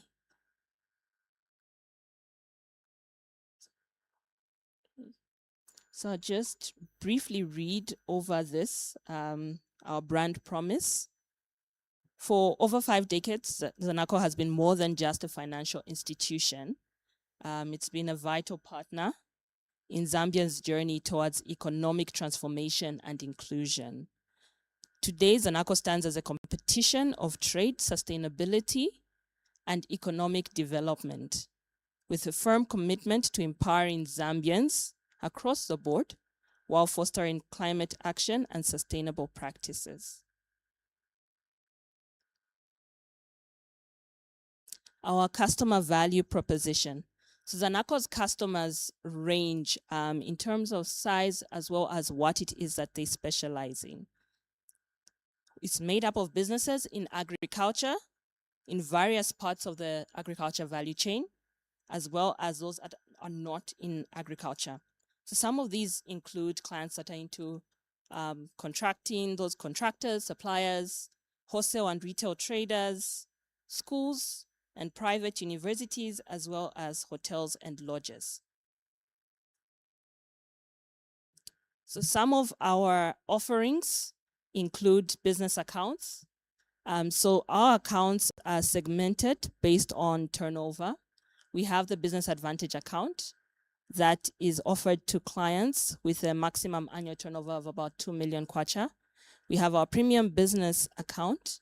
This one is for those from 2 million to 50 million kwacha. We have the Ultra Business account. This is for those with turnovers between 50 million and 150 million, as well as our investment accounts. So these include term deposits with various tenors, and the interest rates also vary depending on the tenor. And then we also have core accounts, which are interest-bearing accounts. Under our cash management solutions, we do have the point-of-sale machines. So obviously, as I had mentioned, our customer base is quite large, and our solutions are also varied based on what it is that our customers do. So for instance, if you look at traders, customers who are based in wholesale and retail trade, so those would benefit from our merchant point-of-sale machines. And we also offer Zanaco Express Banking. We have the largest express network in the country. We offer cash in transit solutions. This is primarily focused towards customers that have that deal in cash, that are cash rich. So if you look at the bureaus, those benefit largely from our cash in transit offering. We also have in-plant tellers. So if you think of places like the government institutions where you pay your taxes, if you have to go, say, to ZRA, would have an in-plant teller there, or is a Zanaco super agent there where you can deposit your payments and be able to obtain your receipts from there. We also offer Bill Master. That is for schools, especially the large schools and the universities. These benefit from Bill Master because what we do is we integrate our system with their systems. And so they're able to receive real-time notifications of payments that are made through the platform. We also offer e-commerce. So on our e-commerce platform, this one would work perfectly for businesses that have websites. So you can easily put your products on display on your website, and your customers can then go and select what it is that they'd like to purchase. And when time comes to pay, when they decide they would want to pay to purchase those products, your system is integrated with our system, so they'll be able to make those payments and they'll go directly into your Zanaco account. On our payment platforms, we offer a robust internet banking system with real-time access to statements. You'd be able to make your SWIFT payments online. So these SWIFT payments include payments in foreign currency. Whether you're paying to Access or Indo or whatever other Zambian bank, if it's in foreign currency, that would be under SWIFT transfers. We also offer real-time gross settlement RTGS payments and DDAC on the platforms. Then we have the Smart Pay platform as well for your monthly statutory obligations. That would be the ZRA, NAPSA payments, all those would be made on our Smart Pay platform. Then we have our PayFlexi bulk payment solution.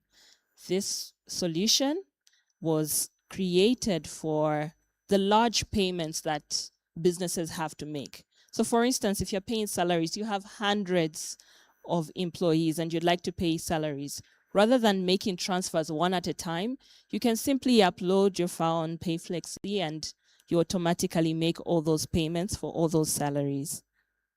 Under our financing solutions, we do have the working capital solutions, such as the overdraft facilities. These work best when you have those gaps in your cash flow cycle.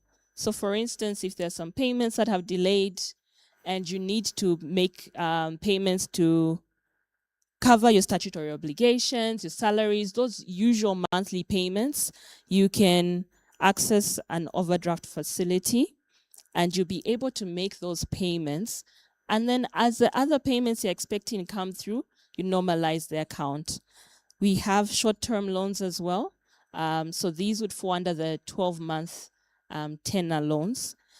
For instance, if a customer is into wholesale and retail trade, say you have a shop and you'd like to buy more stock. That's quite short term and your stock turns over quite quickly. You can simply access one of our short-term loans. Then we also have long-term loans. Long-term loans would be used to finance your capital expenditure, the large projects you'd like to build a new head office, you'd like to purchase vehicles, etc. Those would fall under the longer tenure loans. And we offer trade products such as bank guarantees. Quite a number of SMEs are suppliers to various corporates.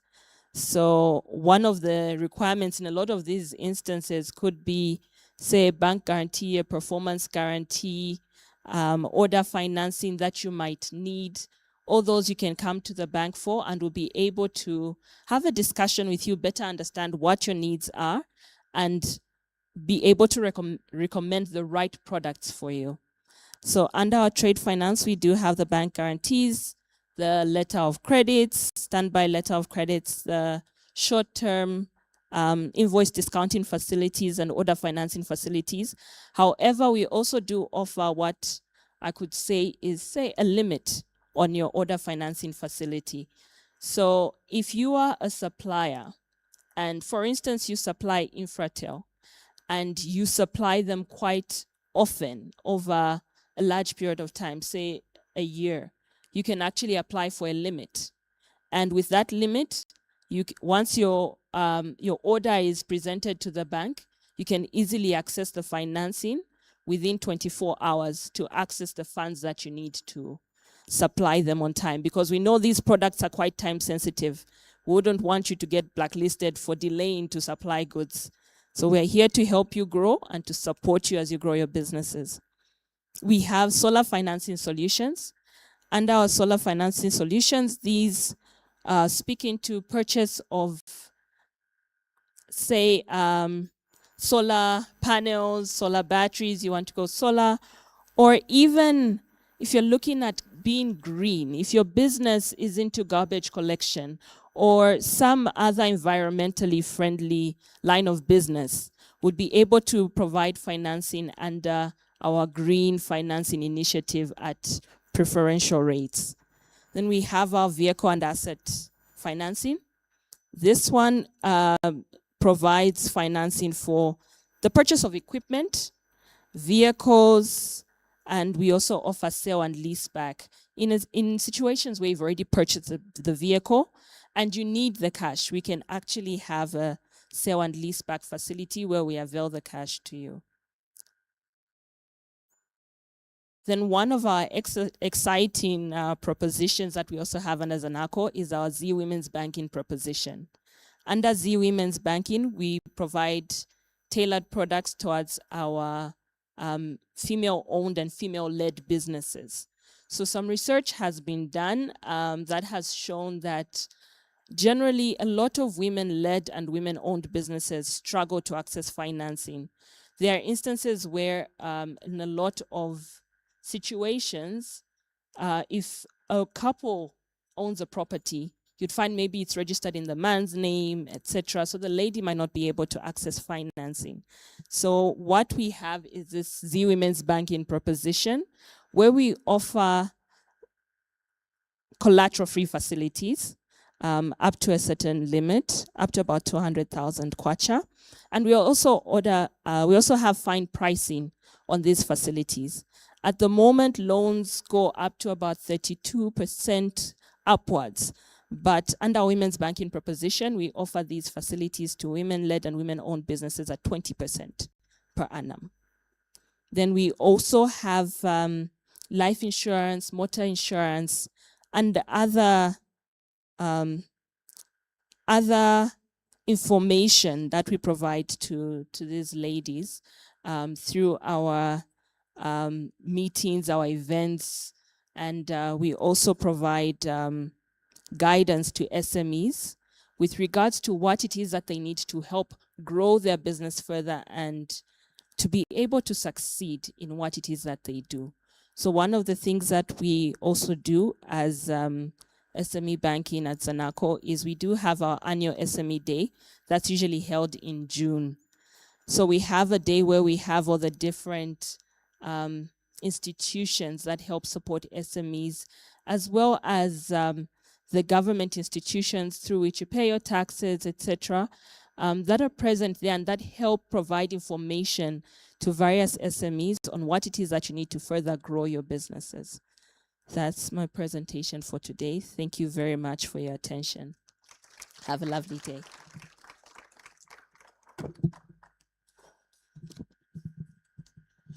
Thank you so much. We've heard from Zanaco, and throughout the morning, we've heard how we can take advantage of digital tools to transform our businesses. To get into the next segment, we are going to hear more discussions on our panel discussion, where we're going to get insights on why digital transformation cannot wait. If you're an SME that is thinking about it, trying to explore different digital tools, this conversation will help you make that decision. To moderate the session, allow me to invite Ms. Esnat Sikazwe to the front.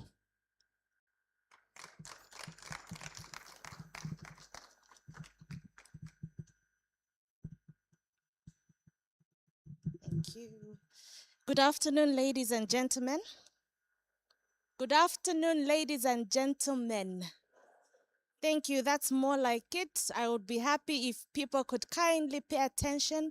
I think this afternoon's discussion requires a lot of your attention. There's a lot of insight that we'll be able to get from the panelists. From the speeches that we had this morning, there's a lot of key information that was provided, but I think one of the key takeaways that I have from today's speech from our CEO is that digital transformation is no longer an option, nor is it a luxury. It's a necessity. And this afternoon's discussion has us talking about why digital transformation cannot wait. Allow me to invite to the podium industry experts to come and talk to us about why digital transformation cannot wait. First on the invite list, I would like to invite Madam Millie Montali, who is Infratel's Manager Financial Planning. A round of applause, please. You know, when you applaud as people come, you encourage them to come and walk up digitally. So please do give a thunderous applause. Allow me to, thank you. Allow me to invite Mrs. Veronica Chisenga Musukwa, who is Group Head SME Banking from Access Bank.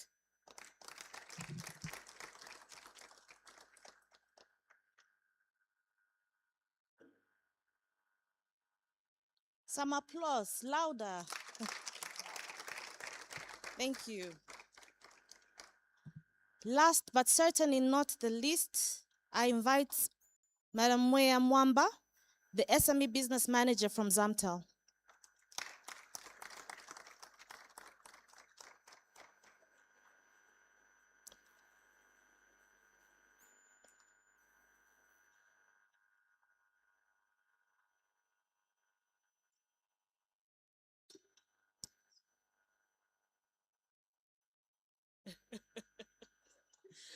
I'm looking and I was expecting to see him walk in heels, seeing that we were expecting a lady, but you are welcome, sir. Wanted gender balance. No, that's good. So, good afternoon once again. So, today we are bringing together perspectives from technology, from finance, from telecommunications, and business as a whole to explore how digital transformation is not just for large corporates, but also for MSMEs, and how this can be a survival and growth strategy for every MSME in Zambia. And that is why it's really critical that every MSME that's in this room pays attention to get all of these valuable insights for survival and for a strategy for growth for your businesses. And from infrastructure to access to finance and policy support, our panel brings to us and to you all a 360-degree view of what it takes to transform now and not later. So we hear the term, and this I direct to our panelists. We hear the term digital transformation everywhere. But for many MSMEs, it still feels abstract. And from your respective sectors, what does digital transformation really mean? And why should MSMEs prioritize it today rather than wait? And Madam Millie, I would like for you to come first on this discussion and give us insights on an infrastructure and connectivity foundation. Thank you very much for that question. When we hear digital transformation, what is it that we're looking at really? From where I'm sitting, I'm thinking this is rethinking the business models, looking at how our operations are carried out day to day. I'm thinking, what is it that we can do to enhance customer experience? I'm also thinking, what is it that we can do to be able to reduce costs for us to be able to actually say perform or carry out our businesses profitably. I'm also thinking, what is it that we can do to be able to actually make decisions properly using the data that we have that has been collected on most of these platforms. So in terms of infrastructure and a connectivity foundation, I believe that these are enablers. Enablers how? When we have infrastructure, and I'll bring it home to Infratel. With the data centers that we have the infrastructure that will be able to actually host most of the services that you might require. We are also able to be able to actually develop, say, websites for MSMEs. We are able to host you in terms of your domains in the data center.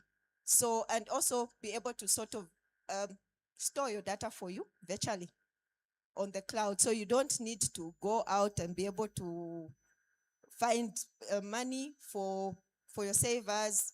And if you are small and you're budget conscious, you will need an IT person if you have to put up those savers to be able to actually run with the digital transformation journey. But from where we are sitting, we are saying, come to us. We are able to actually help you with this. You'll be able to carry on with your core business, but we will carry everything else. So your CapEx needs will be zero. All you have to do is just factor in a small OpEx amount there, and then we'll be able to do the rest for you. We'll be able to support you. You won't even have to worry, there's no power. What happens if my website goes down? When you come to us, we'll be able to just actually carry you through without having to worry about any of that. Thank you. Thank you so much, Madam Millie. Clear insight that the organization you're representing has got solutions for MSMEs. Allow me to introduce the gentlemen that are on the panel. We have Mr. Ware Chibuye that is representing Zamtel, and ideally, I think he's sitting in for Madam Wea, who was originally supposed to have been in attendance. We also have Mr. Emmanuel Mumba, who is acting CEO from the Zambia Chamber of Commerce. Gentlemen, you're both welcome. So my next My next question is for Zamtel, for you, Mr. Warid Chibuye. In line with the preamble that I had shared, how then can MSMEs prioritize today, looking at the role that telecoms in driving, the role that telecoms comes in driving digital inclusion and access to affordable digital tools for MSMEs? Thank you very much, Madam Moderator. Digital transformation is a very important aspect, especially in our business and especially for the SME. And if I was listening to the CEO speech when I was talking about digital transformation cannot wait for anyone. One, I think he gave some reasons because it's the way to go. Business is moving very fast. Technology is moving very fast. And now we are incorporating technology in the business. So what is key as this transformation is moving very fast? What role are we playing as operators or service providers? What support do we have for our SMEs for them to accelerate their growth? We've got a number of products, but before we go to the products, what we need to work on for us to adopt digital transformation is to change our mindset, to say this digital transformation is here to stay and we need to adopt it 100%. If we don't adopt it, because the difference between the technology movers and ourselves is very different. So we need to move with the technology to ensure that we are keeping that pace. So what are we doing from Zamtel's side to support SME? In terms of digital transformation, remember digital transformation is about connectivity. The world is connected now. If you want to sell your product, there's a lot of social groups. We've got Facebook, WhatsApp, where you can access the customers. But for you to get there, you need connectivity, you need internet. So what have we done ourselves? We've created packages that are fit for the pocket of SME.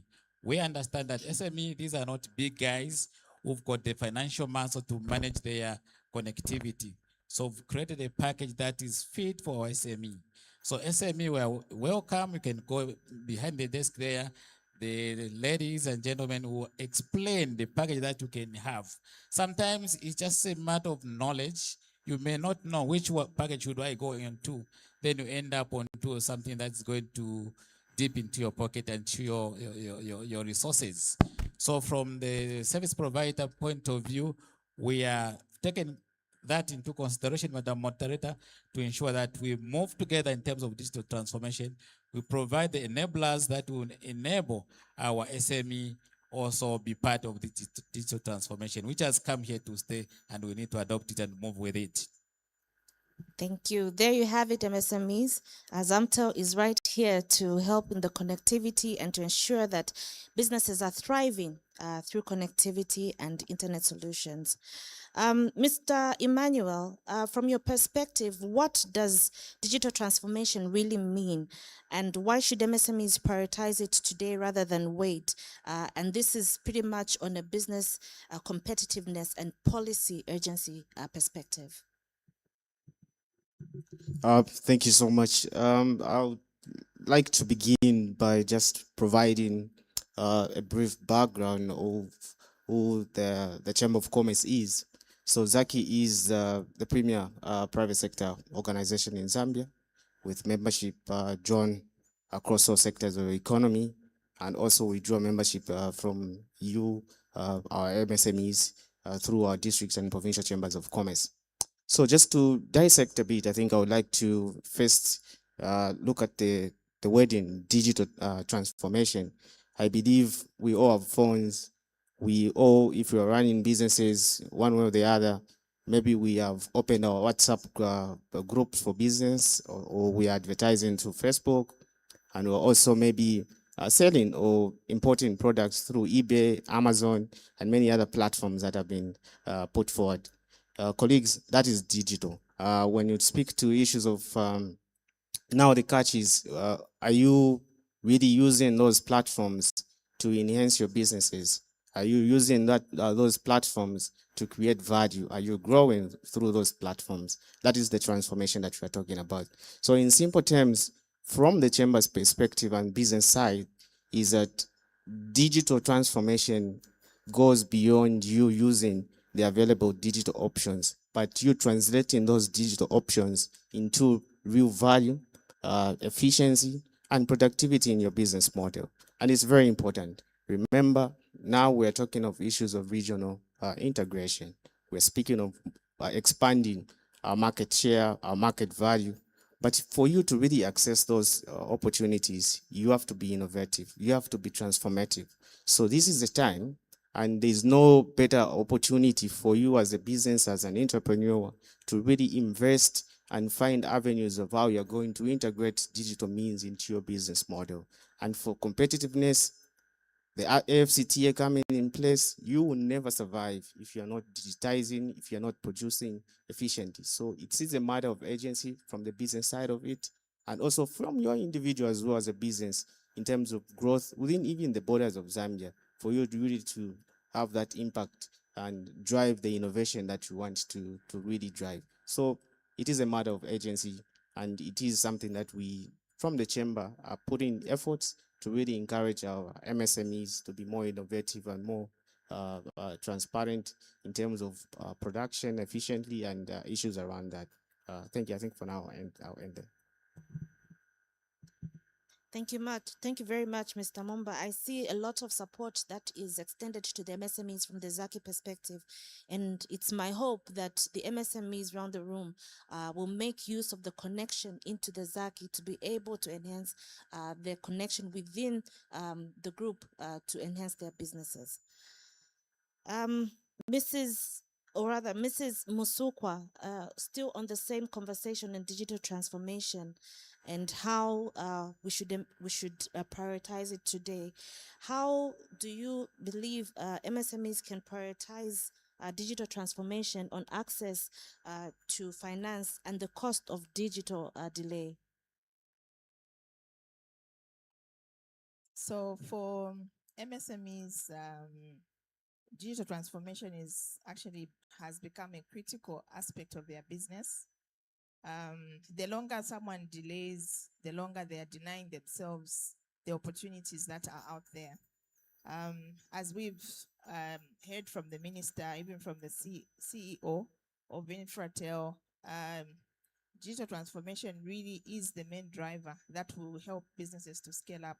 So for the banking sector or the financial sector, one of the ways that financial institutions really leverage on is to see the history of the financial transactions that are passing through a business, right? So if it's manually done, finances are not using the structured financial institutions, you stand a chance to lose out on access to finance. Keeping of records, keeping of transactions that you are receiving, receivables and payments, those are critical in data that financial institutions would use to assess a customer in terms of their capability to pay, the volumes of transactions, the payments that they are getting. So it is a critical part for a business to ensure that they can access finance. So digital transformation is a tool, is an enabler to help you access and scale up your businesses. So instead of doing your traditional transactions outside the financial institutions, you tend to lose out because the history, the record keeping, and now with technology that is out there, we've seen from the presentations, there's so much that can be accessed. And from a financial institution like Access Bank, we are actually even working with the big data, machine learning, where we look at giving facilities based on the behavior of the account. So if that is not in place, it becomes very difficult. And then if you look at scaling up their e-commerce platforms, that can help you do your business outside your traditional physical brick and mortar. So it is a critical piece, and it's something that each and every SME really from whichever sector you are operating in. It's a critical piece to help you scale up and grow your business further. Thank you. Thank you so much. Very evident that financial inclusion or financing digital transformation, there's a correlation altogether and they work hand in hand. Madam Millie, maybe if you could just give us from your perspective, we've come to understand that Infratel has really been just a cornerstone of digital transformation and has been at the center of the digital story. And from a financial planning perspective, how do you see investment in digital infrastructure translating into business growth and resilience for SMEs? If you could also just explain it with a case in point to bring it home and for ease of understanding. Much, Madam Moderator, for that question. From a financial planning perspective, I would say that for business growth and resilience, especially for MSMEs, this would mean you need to have started the journey. If you haven't started the journey as an SME, you need to make that decision to be present. I think when we look at SMEs now, especially on the socials, so instead of having to buy data to maybe follow the rumors that are there, in terms of growth and business growth, we would then translate that to you having to promote your goods, because remember that when you're on the socials or when you're actually using platforms that are seen by everyone, it really breaks down the barriers, the geographical barriers, meaning that if you're selling something or you put something on your page, somebody that is sitting in Chirundu or somebody that is sitting in Kasumbalesa will be able to actually see your product and you'll be able to buy. An example would be the times of COVID. Those that had started the journey then as SMEs have thrived with their business in that they were able to use those platforms, the digital transformation, to be able to actually stay afloat. They were able to do their business online without having to meet their customers face to face. The other thing that I would mention is in terms of now looking at costs and how this then grows our business would be to automate. Mostly, you find that when we are small as businesses, we tend to be more manual than anything. But now there are solutions that SMEs can use to actually automate, meaning that if you have routine tasks, maybe writing invoices, you could get a software that will be able to actually do that for you. You would have one person that is going to just key in everything and your reports are done on time. Your taxes, you don't have to manually have to write in a book. You have your transactions already sitting there. The other point I'll bring out would be operational efficiencies. So instead of having maybe 10 people sitting in your office as an SME and your budget is constrained, you would maybe just have to have 3 people, provided everything is automated. You would have your data is captured properly, and you would have all this information translate into reports that are needed. As Mrs. Musuko alluded to, the banks look at what you have in terms of data and how you keep your data. So you would have to ensure that you are digitally aware, or you are using the digital platforms for you to be able to actually get into their space. If you go for a loan, even as an SME, they'll ask you where are your financials. And then you then be running around, what are financials? You can't go and take something that is in Excel. You can simply get a small package, a small accounting package that will be able to do this for you. And then you'll be able to actually present it properly to them and also be able to have your records in terms of your financial statements projected properly for them to actually look at. So other than that, you would also have to look at what exactly you are getting in terms of data that is on the platforms. It will help you in terms of looking at trends of businesses that maybe you are in the same market with, what is coming up, what is trending, how you can transition your business as an SME. Being digitally transformed would help you to actually grow your business, and you look more professional. If I bring it home again, you then come to Infratel, and then you get your email address, a professional email address that will be able to actually make you sellable out there. You get your website developed. It will make you look more professional out there, and it will be interactive, so your customers can actually come to you online, and you'll be able to speak to them online and be able to actually do business online professionally. Thank you. Thank you, Madam Millie. And for you, Mr. Chibuye, telecommunication networks are digital lifeline for most businesses today. How is Zamtel supporting MSMEs through connectivity, digital services, or mobile solutions that make it easier for them to operate efficiently and reach new markets? I know you've talked about connectivity, but maybe you can just press on how the MSMEs in the room can actually access more than just the connectivity. Thank you very much, Madam Moderator. First of all, what you've done for Zamtel is to invest in the infrastructure. We are upgrading our internet in terms of the mobile. We are moving for those sites which are already on 2G. That's very limited internet. We are upgrading them to 4G and 5G. And this project has started mainly to ensure that our SME have proper and high-speed connectivity to the internet. So that's one of the investment that we've done to ensure that we are together in this digital transformation. The other area is we've invested in the fintech, in the mobile money space. We have started deploying the new mobile money system, and this is a very good opportunity for SME. There's a lot that we can do from the mobile money system. You can become an agent and make a lot of money. And in terms of, let me go back to the deployment of the upgrading of our sites.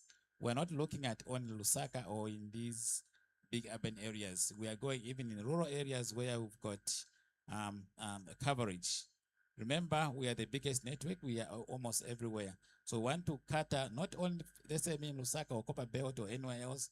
We want to cater even for those in distant areas like Shangombo, who've got businesses. We want to support them. And in terms of fintech, we are bringing what we call the super app. This is a very exciting news for the SME, because in this super app, you'll be able to place your applications, your apps. If you've got a selling app, you can go and put this on the super app, and then everyone else can access it. That way you make a lot of money. And we're going to, right now, the data that you get from there, we don't monetize the data. Now it's that super app we're talking about is going to make you use these digital assets. The data that we're going to have, you'll be able to sell to any other person. For instance, if you want to sell data to Hungry Lion, you can do the app that shows how many, which type of pieces are mostly bought from Hungry Lion. And that's what, in most of these countries, they are selling data. Now that has become digital assets which people are monetizing. So our super app will be able to support that for our SME. That's specifically for SME. And then the other thing that we're looking at in terms of expanding our footprint is any business that we have. For instance, we're going to open up our stores for partnerships. So if you're an SME, you don't have where to operate, and you've got a viable business case, you can partner with us in such a way that our stores can be your operating space. So we are with you, we are supporting you, we want to grow with you. And we appreciate your support that we give to Zamtel, and we want to give back to you in terms of your digital infrastructure, which is the backbone of digital transformation. Thank you. Mr. Mumba, I know that Zaki has worked very closely with SMEs SMEs in Zambia.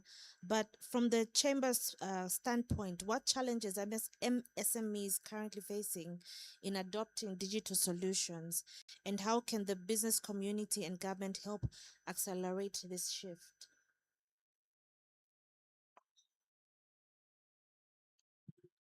Thank you so much. I'm very happy that the colleague from Zamteo did touch on some of the areas that we see and the solution that they are providing.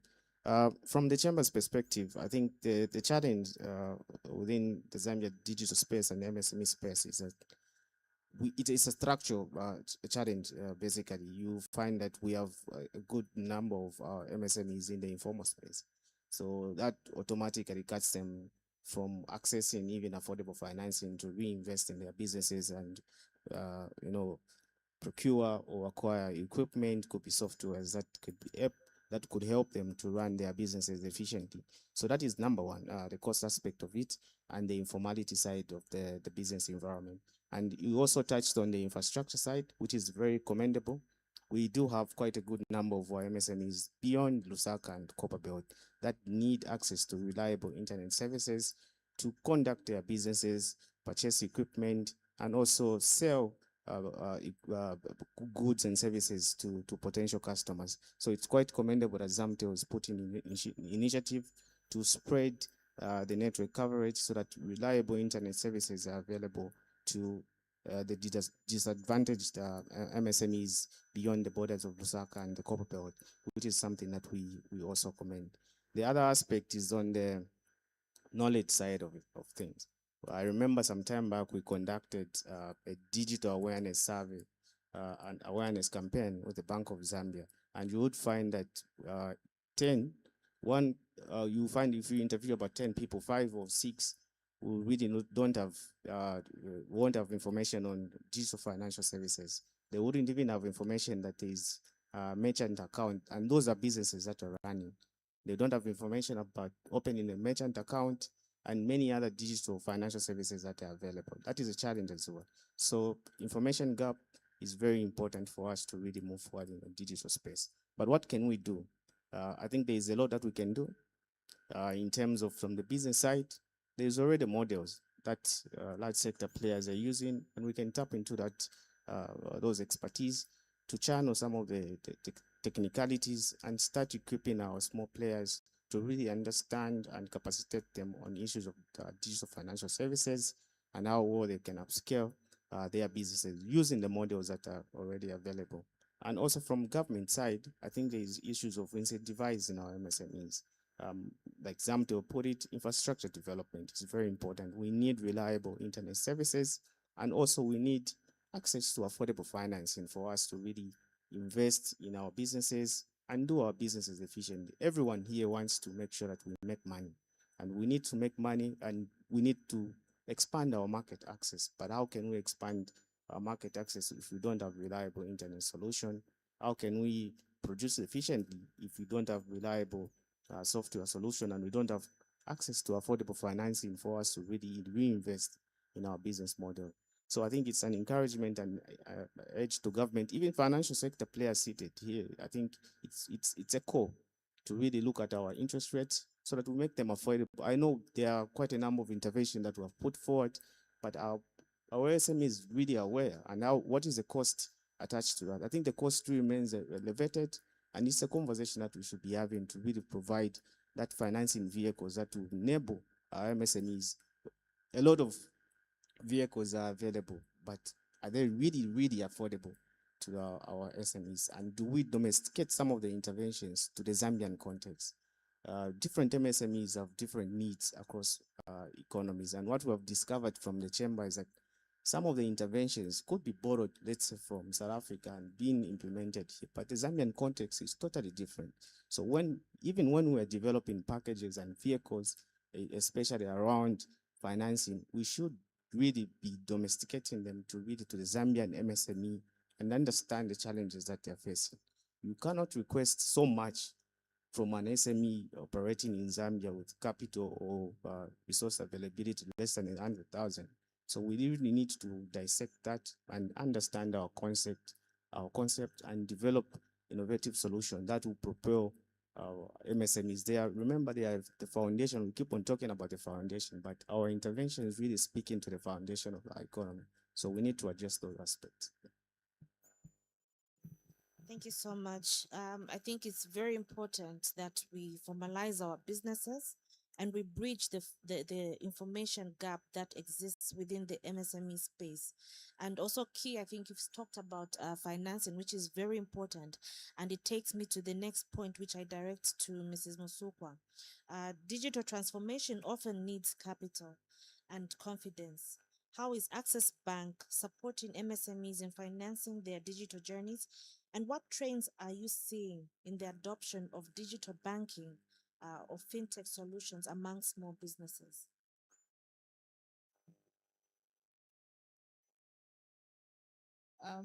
So in terms of, there are two questions in there. In terms of access to finance, what products does Access Bank have? I think we spoke into it earlier in the presentation. We have looked at the SME portfolio. And when you look at it, there are different segments. You've got your micro, small, and medium, and they are all at different stages of their businesses. So for those that are small or micro rather, we have the cash flow lending, which we spoke about, which is a collateral-free loan. That loan enables SMEs that are in their infancy stage, if I may use the word, to access finance based on the records that are, or the transactions, or the cash flows that are passing through their accounts. So it enables them not to worry about collateral, because that really is usually a stopper in terms of them accessing finance. So it becomes imperative that, like as we are saying, even if you are a small business, whether you are registered or you're not registered, it's important that you begin your financial journey in a structured way. Using your mobile phone is one of them. You find microloans on the MNOs, but for larger historical data that where you're going, if you're looking at scaling up and where you're starting from, you need to look at the bigger picture. So financial records from a bank statement helps you to build that history. It is from that history that you begin to now have a conversation and develop from being a micro SME. So for us, we've tailor-made a cash flow lending loan, which is collateral free. It's available to SMEs from as low as 10,000 and all the way to 100,000. That is without any collateral, based just on the account. And then we've got different financial instruments, like we spoke about, for the bigger ones, where you can get your order financing, invoice discounting, working capital financing, and so many types. Even when you want to invest in your infrastructure, you need to, get your vehicles, like what the chambers are saying. There are so many instruments, there are so many facilities that you can access depending on the nature of the business. So we tailor make, and if you're in the education sector, construction sector, the energy sector, we've got so many solutions. And actually, one of them is also to encourage partnerships. We work with a lot of partnerships, whether be it fintechs, whether be it suppliers of goods and services. We've got partnerships that we've been engaged in with vehicle financing for solar solutions. And for the MNOs, we also have partnerships to leverage off their data. So there's a lot that we are offering. And then in terms of your other question, I think was on the, the last question? Yes. Oh, so the last part of the question was, what trends are you seeing in the adoption of digital banking or fintech solutions among small businesses? Okay, so the adoption rate is low, and I think it's really to do with awareness. So for us, that's why we've actually now put up programs where we do sensitization. We do a lot of engagements, our business clinics, master classes, webinars. Just last week, I think, in fact, this week we've got expos that are happening in Dubai, and we've got we need to identify SMEs that would like to be opened up to some of these. So it's really been able to open up our minds to the world out there through digital platforms, which can help you do transactions, but also being able to access what is out there beyond our borders. Scaling up is really scaling up beyond Africa, beyond our borders. We've got the African Continental Free Trade area. Last week we were part of the Indaba, and there were very good conversations that were going in there. But what mostly we've seen is that there is a lot of hindrances with regards to information. Information access is so limited, and it's I think that's the bigger part of the work, is to see how can we help our SMEs to access information, be export ready, be ready to scale even locally, to access the opportunities that are outside even your town, outside your area. How can people access your goods and services? So e-commerce platforms, digital banking platforms, internet banking, SME app, and a lot of integrations are available. But I think it takes a step from the SMEs, is to take a step of interest and actually begin to have those conversations on how can that be brought down to your business. Because when you hear about these things, I think sometimes there's a mismatch to what it is that you think you can access as opposed to what is out there. So it's to begin the journey one step at a time. Thanks. Thank you so much. I think we've had a very informative session with the panelists, and I would like to extend gratitude for all the powerful insights that have been shared. What's clear is that digital transformation isn't about technology alone, but it's about mindset shift. It's about collaboration, and there's some urgency that is attached to all of this. This morning, something that was mentioned is that visibility equals opportunity, and the visibility that comes in the form of digital transformation as a starting point. And for the future MSMEs in Zambia, we have to adopt, we have to adapt, we have to align with the digital tools and opportunities that are there. So let's not wait, let's transform now. Ladies and gentlemen, please give us a thunderous round of applause for the panelists for the insights that they've given. Thank you.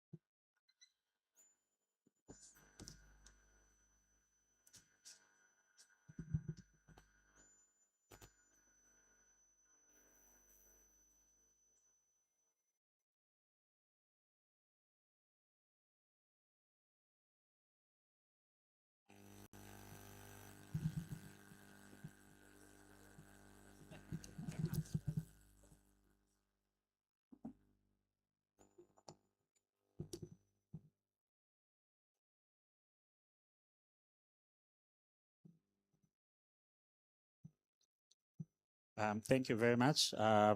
Let's give them another round of applause. Thank you very much to our panelists. This panel discussion was insightful, powerful insights, and we did get key messages from the Zambia Chamber of Commerce, Access Bank, Zamtel, and of course Infratel on how these sectors are coming together to empower SMEs. To get on and proceed with our program, we are going to listen from Microfinance Zambia on powering digital growth. And to give us this presentation is Mr. Innocent Nyangu, the marketing manager for Microfinance Zambia.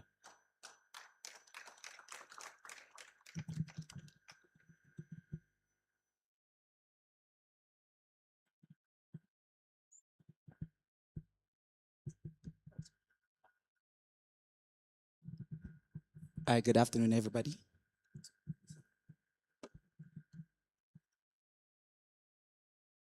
Just a point of correction, I'm not Innocent Nyangu. My name is Joseph Chilepa Diasis.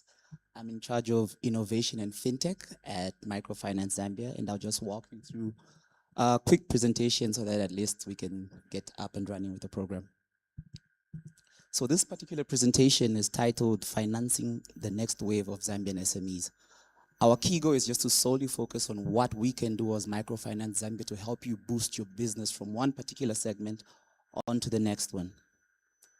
Now, to give a quick start, we know that Zambia has about 97% of our businesses as SMEs. So that literally means that is the lifeline of our economy. So now we know one thing, especially from us SMEs, is that one of our biggest hindrances for us to grow is the fact that we are locked out of opportunity because of financing. So now, how does this help us? Especially now that we are moving towards a segment where we want to use digital tools to grow our businesses. And this is what we want to talk about as Microfinance Zambia. How do we bridge that particular gap? So now, who are we? We officially started all the way back in 2009. We currently have presence in 14 branches across the country. And our key goal is just to provide innovative and inclusive financial services for our clients. Now, our key vision is just to make sure that we are the preferred financial services provider in Zambia and also the region. And our key mission is to make sure that we lead the provider of diversified, innovative financial solutions that most importantly meet the client's needs. Our SME financing model works in a three-party model. Firstly is we do have the supplier, who is the SME in this particular segment. The off-taker is where we're giving the particular goods and services to. And lastly, the financer, who in this particular case acts as Microfinance Zambia. So we do finance suppliers to deliver based off confirmed receipts and contracts. So what we're basically trying to do is we want to make sure that SMEs solely focus at looking at opportunities for them to grow their business and let us worry about their financing needs. Yep. So this also does ensure that SMEs can execute opportunities without waiting for cash flows. One of the key challenges that we have seen in this particular segment is that lots of our SMEs do not have, are always waiting for cash before they can make the next decision. So now how do we bridge that particular gap between ourselves and our next partners? Now, from this particular side, we're looking at three different types of ways in which we help SMEs. Firstly is invoice discounting. Imagine you give a particular product or a service to a particular company and they tell you wait 90 days. Remember that your business won't have to wait for 90 days. So with that, we're able to assist you by you just confirming the invoice and we pay you that particular cash that you need upfront so that you can then go forward and continue looking for your next business. I think most of the other presenters talked about how much opportunity is there. So we want you to solely focus on looking at that particular opportunity and then you let us worry about your finances. The next product that we do have is what we call order financing. This is where you have been given an order and then we as Microfinance Zambia then come in and finance it 100% so that all you're just doing is now pushing for the payments from the particular suppliers. This does help you worry less about the financial aspects and the financial implications and gives you more chance to focus on opportunity. Then lastly, when it comes to SMEs, one key thing and one key challenge we do know is working capital is quite a challenge, especially in a space where you want to grow from 0 to 100 real quick. So we're able to help you set up with different types of working capital loans. And in this particular way, you can even structure your payment based off how your cash flows come in. Is it something that you receive on a monthly basis, half yearly, quarterly? So we do want to empower all sorts of MSMEs in this particular segment. And most importantly, all our products are designed to empower SMEs. That's our key goal for this particular day, and to make sure that you're also able to scale up your particular business with the various digital tools that other players on the market have to offer. Now, one key thing that we should always look at when we're talking about digital inclusion, firstly, is for us to grow any particular business, we need financing. And that's something that all of us should always focus on. How do you bridge the gap between your growth in this digital transformation journey and what you actually want to achieve towards the end of it. So through collaborations with many partners like we are having right now, we're interacting with lots of different partners, we can enable these different types of SMEs affordable access to credit, which is a lifeline for any growth of any particular industry. So you will see a lot of us in these joint financing clinics just to help bring out more light on how we work as Microfinance Zambia. We also do want to partner with lots of digital application portals to make sure that you have access to credit services wherever you are in the country or the region, if need be. And lastly, we want to aim to use this digital data to build a good and inclusive credit scoring engine, because that way you'll be able to grow your business from 0 to 100 real quick, because it shows credibility. I know one of the previous speakers did talk about having bankable documents and making sure that all your financials are in order for you to have access to this. And this particular credit scoring engine can help us do that. Now, as we wind down, I just want to close off with a few words. Firstly is we know that from the budget that was shared last month, in the next 2 years, we know that the government has over 10,000 SMEs that they want to support.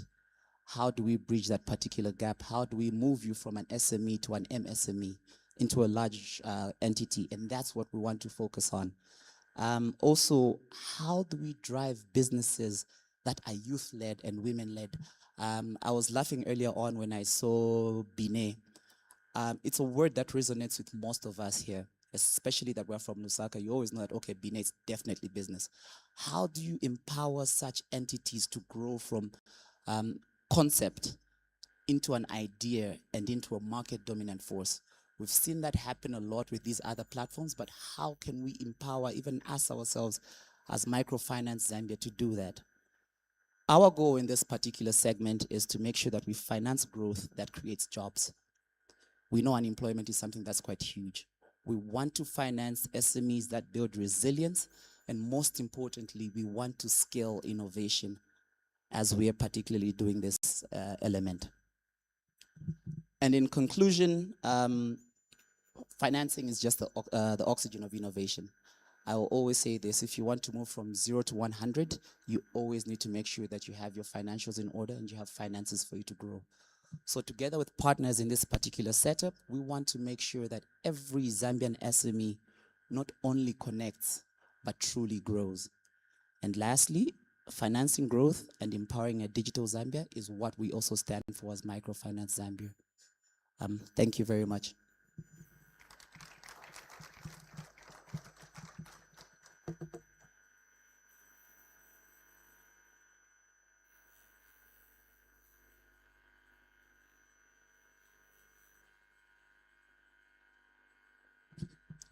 Thank you very much. A round of applause to Microfinance Zambia.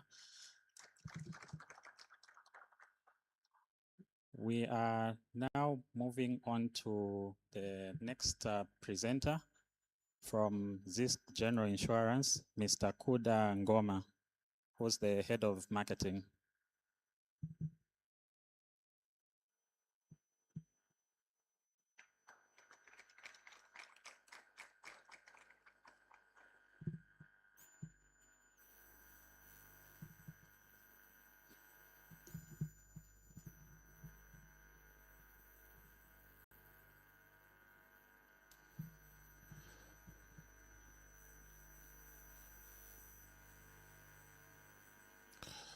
Good afternoon, and thank you very much for this opportunity. My name is Kuda Ngoma, Head of Marketing for ZISC General Insurance. I'm glad to be here this afternoon. I've learned quite a bit. This is the first time that we are attending as ZISC General Insurance. Maybe just to start off my presentation, I don't know, by a show of hands, how many people here know exactly how insurance works? Just by a show of hands, do you understand how insurance works? Are you very clear about how insurance works?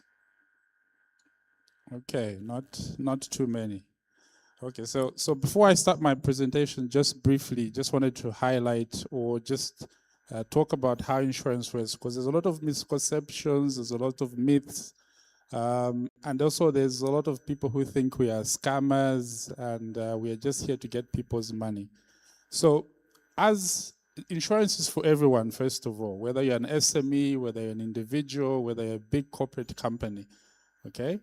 Because there are like three elements to insurance. First of all, you must have something of value. It doesn't matter what it is, whether it's a camera, it's a phone, it's a hair dryer, it's a farming implement, it's a computer, whatever it is that you have, as long as it is of value. Then second thing is what happens with insurance is that then you pay a fraction of the cost of that item. It could be 1%, it could be 0.5%, because also there's an issue of people thinking that insurance is very, very expensive. So you also have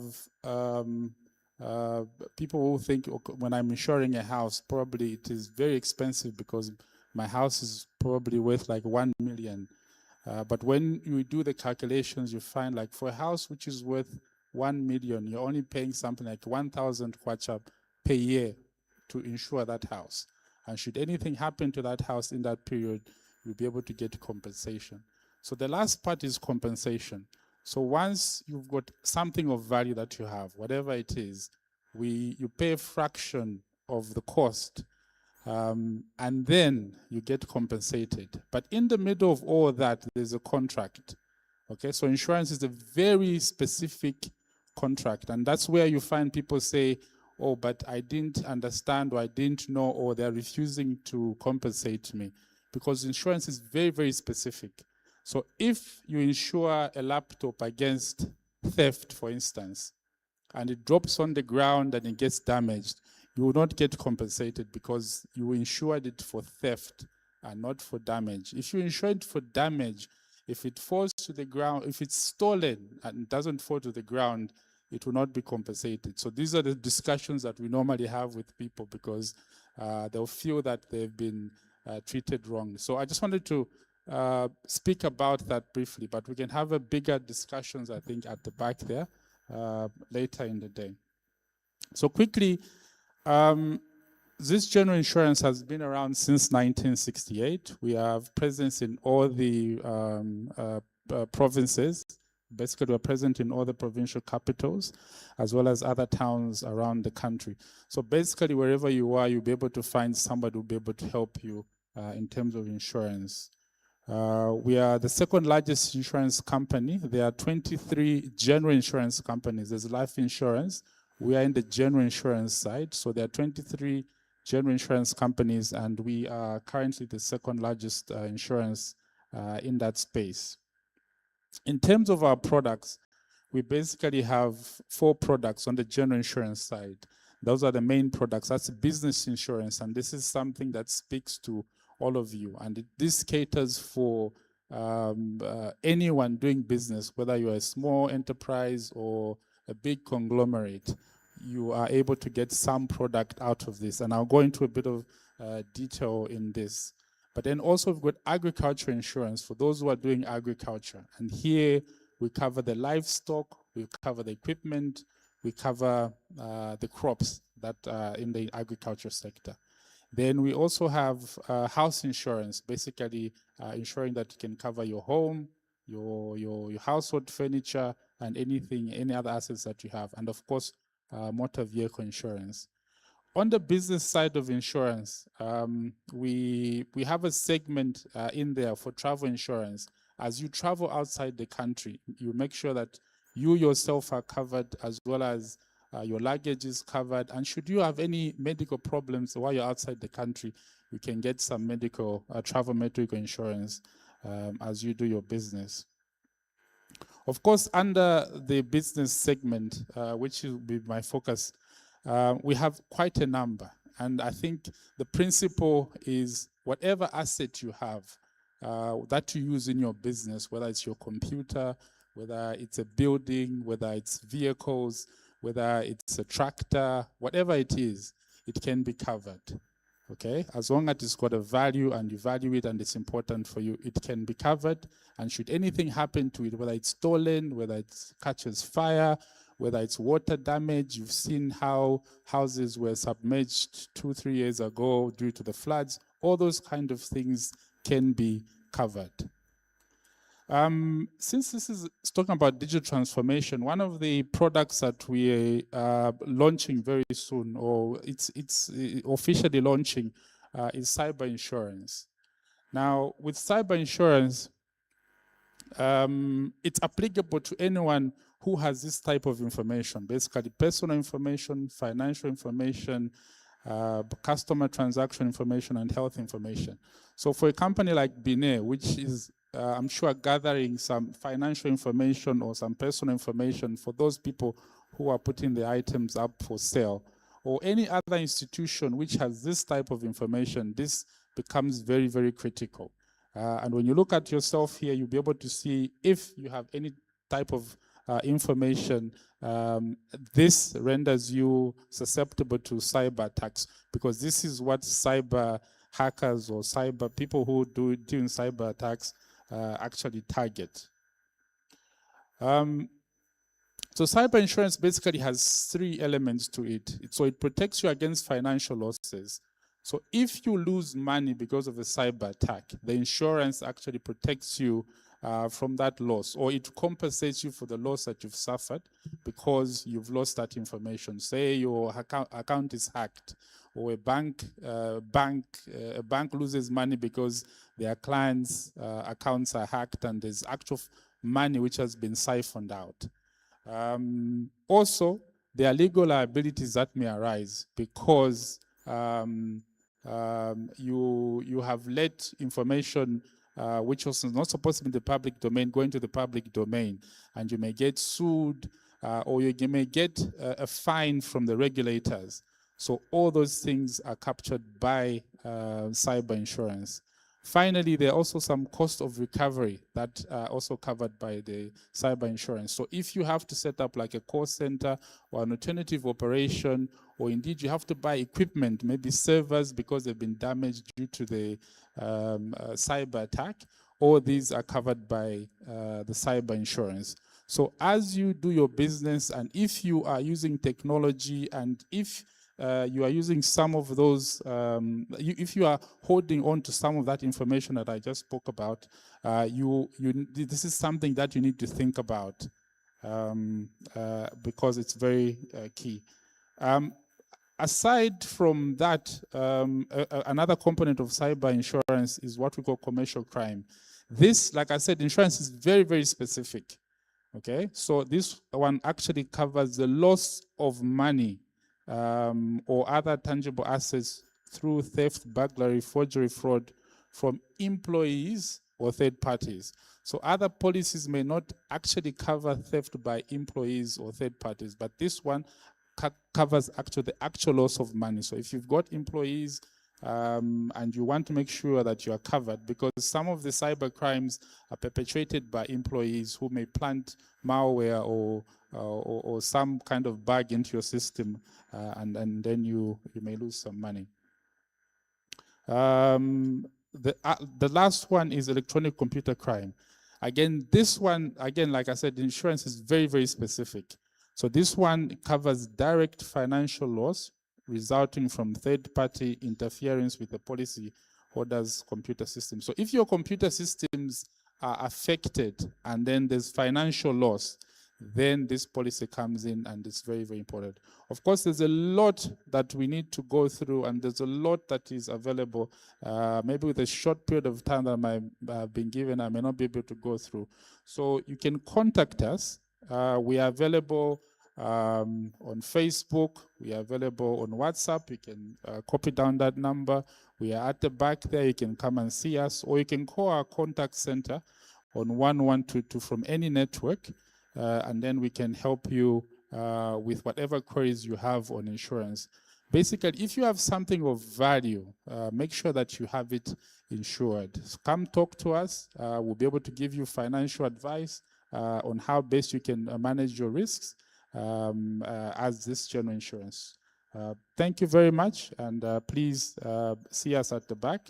We'll be here throughout the duration of this event. Thank you so much.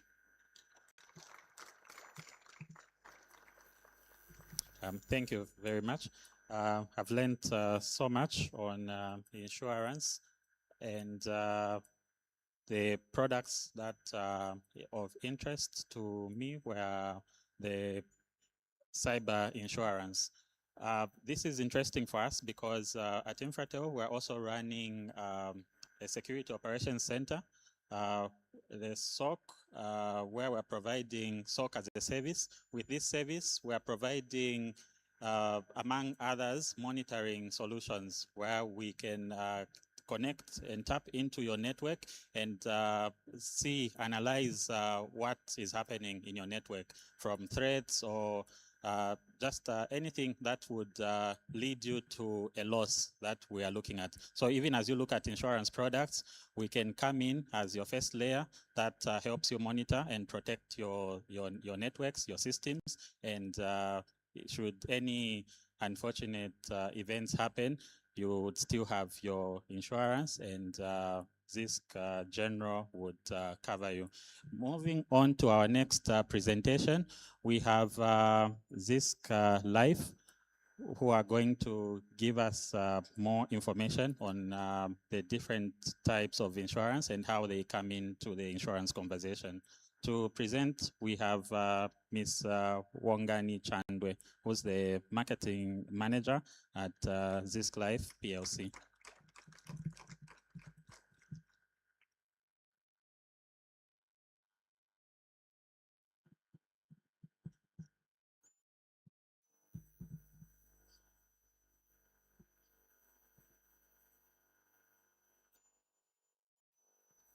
Good afternoon, everyone.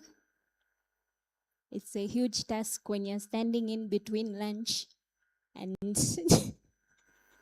and people. So I will make it very quick. Give yourselves a huge round of applause for being attentive all this time. Okay, so my name is Wongani Chandwe. I'm the marketing manager for Zisk Life. So I will be speaking about building resilience through employee benefits. So as SMEs, some of you have employees that are working for you. So how can you use insurance to cover risks that may occur? So this is what I'll be talking about today. So basically, most of us have spoken about this. As MSMEs, you are the backbone of Zambia's economy.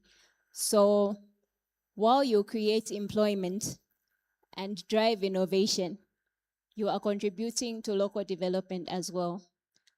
But there are various risks that you face as MSMEs, which could disrupt your operations. And some of them are illness. An employee may fall ill. What do you do? When an employee dies, what happens? Do you have finances to cover those risks? There's financial shocks and also loss of key personnel. So as Zisk Life, what we offer is a safety net, a buffer to help you manage these risks as they occur. So what is resilience? This is a textbook definition. So resilience is the ability to withstand disruption and adapt to change. So what we're offering as Zisk Life are solutions that will help you remain resilient. Solutions that you can take up for your employees to ensure that you manage them. So some of the benefits that help you build resilience are the Keyman Assurance Plan.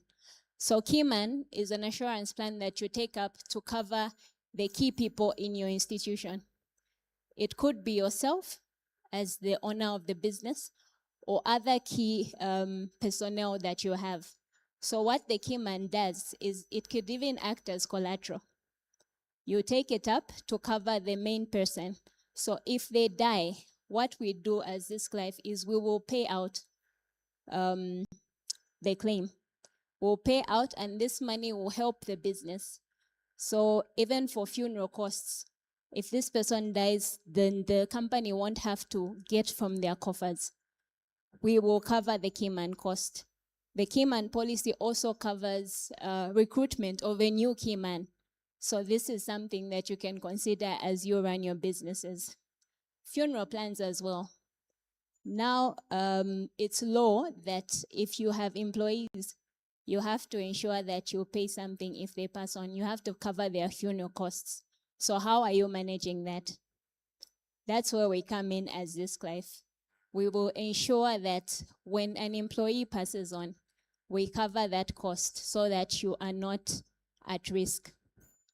And then when your business now grows bigger, when you become a bigger business, you can now consider group life assurance. Group life assurance is basically a policy that companies take up to cover their employees. So basically, this is a policy that shows that you care for your employees.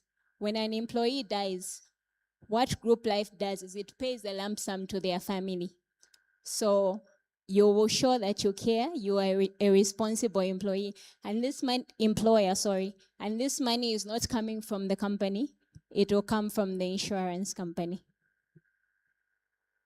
Moving on, one other benefit you can use to show resilience is quality healthcare. So as Zisk Life, we have a medical product that has both local and international coverage. So we have partnerships with various healthcare providers across the country. So if you traveled out of town for business, for instance, and your village people give you a flu, you can visit the healthcare providers in that area and you will recover and the business will go on. Another one that my colleague from Zisk General spoke about, travel insurance. At Zisk Life, we also offer travel insurance. So this is something that we usually neglect. We don't think about when we're traveling, but it's very important. There are so many things that it can cover. So there's loss of luggage, loss of important documentation. If you fall ill, that's covered. If God forbid you pass on, there's repatriation of mortal remains. And there's also cover for someone to come back with the body. There's the tickets that will be purchased for that. So travel insurance is something that we should consider for ourselves and also for our employees. Retirement plans. I know most of us are still new to the business, and retirement plans are something that we need to think about. There are places where people don't want to go because they don't know what they'll go to. So if you put in a retirement plan for your employees, they will be working knowing that you have something in place for them even when they leave your organization. So what happens with the retirement plans is every month a contribution is made by the employer and the employee. And when they reach retirement age, they are then given a lump sum. We know now that NAPSA will give you like an annuity, a monthly payment, but you can also give your employees a lump sum to do something as they leave. So these are things that you should seriously think about as you run your businesses. So what are the strategic roles that employee benefits provide? One, financial protection. As I mentioned, it provides a safety net. So if any calamity falls, for instance, illness, death, and other things, the company will not have to go into their coffers. Zisk Life will come in to support. You will attract and retain top talent because you have these benefits in place. People will want to work for you. So these are things that you can invest in. And like I mentioned earlier, the employment code expects that you put in some provisions for your employees, such as a funeral plan. And then also, knowing that my employer cares for me and has all these things in place for me will boost morale. And finally, it will show that you care. So as Zisk Life, what is our commitment to the MSME? So I'm happy to report that we actually already have some SMEs on our books that we're working with. So what we do is we know that all institutions are different. You're not the same. So we are able to tailor-make products to your needs. So you can just speak to us and we'll advise what can best work for you based on your budget, the number of people that you have, and even if you're an individual, we still have something for you. So we also have simplified digital onboarding and claim support. So now we are trying to go paperless. Everything is being done online. And we have a number of partnerships with SME associations and cooperatives. This is to help us have a wider reach. And as this life, what we have continued to do very well is financial literacy. We've actually won a number of awards for our financial literacy approach because we're trying to take the message of insurance out there to ensure that everyone knows what's available out there for you. So in a nutshell, resilience isn't built in boardrooms, it's built through people. So invest in your teams and watch your business thrive. So if you'd like to reach out to us, that is our contact information. So we're also on Facebook, LinkedIn, and there's a WhatsApp number. It's not being beamed. But yeah, so we have, it's there now, yes, that's the information. So you can reach out to me directly or you can use the other platforms as well. And we have a table at the back. There's a team there that will be able to help you. Just reach out. We have something for everyone. So as the minister said, local, local. We are a Zambian brand, so I will leave you with this. Buy local, buy Zambian, buy Zisk Life. Thank you very much.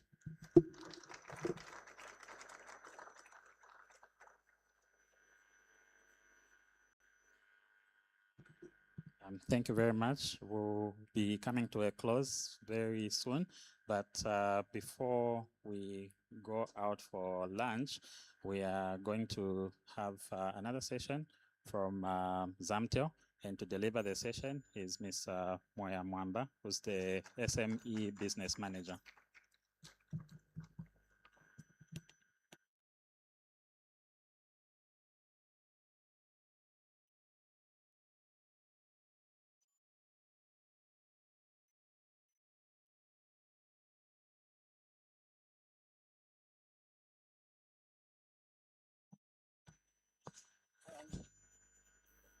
My name is Moya. I'm the SME manager at Zamtel. Just to clarify, I was here. I just decided to let Warren do the talking for Zamtel over the panel discussion and come and take up what I feel I can do very well, which is market our products. So, where to begin? I think everything has been said. Everything has been said. But I think we need to nail the point home. And what is that point? At Zamtel, we don't just provide connectivity, we provide a platform for growth. The idea is to get MSMEs to a point of a small, thank you.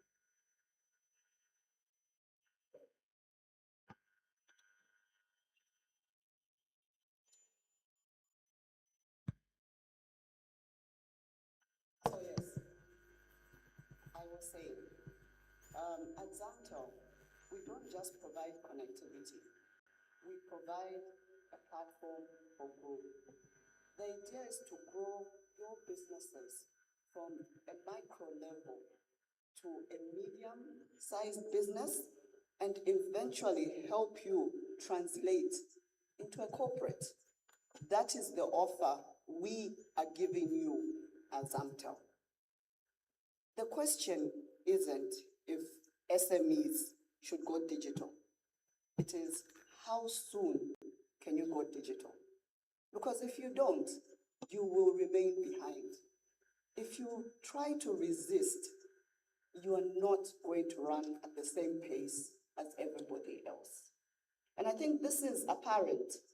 The businesses that are using technology, the businesses that are spreading their wings have really elevated. And everybody else that is resisting has stayed behind.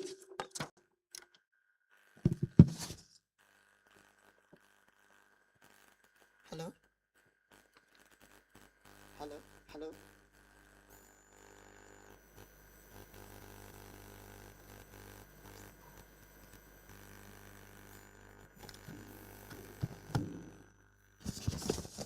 Thank you.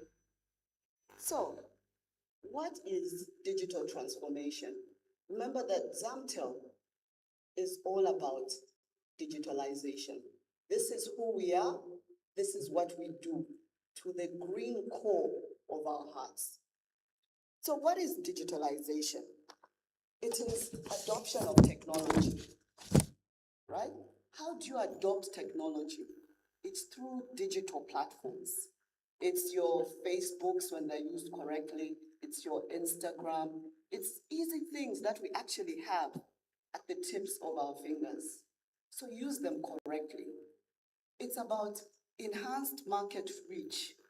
Through digital platforms, you spread your wings to reach anybody that you want to reach. You will not just reach the person who's driving down your street. No, you will reach the person who is in Chilanga. You will reach the person who's in Kawe, Southern Province, Kenya, in the US. That is what the digital platform can do for you. It's about data-driven decision-making. You shouldn't sit at home and say, oh, I think everybody wants ripped jeans today. Is that what you should do? No, you should actually use AI to tell you what trends are out there and then make your decisions based on that. Every MSME should do that. And don't take this lightly. It's as serious as it gets. This is what will move your business from the level you are at today to whatever level you can imagine.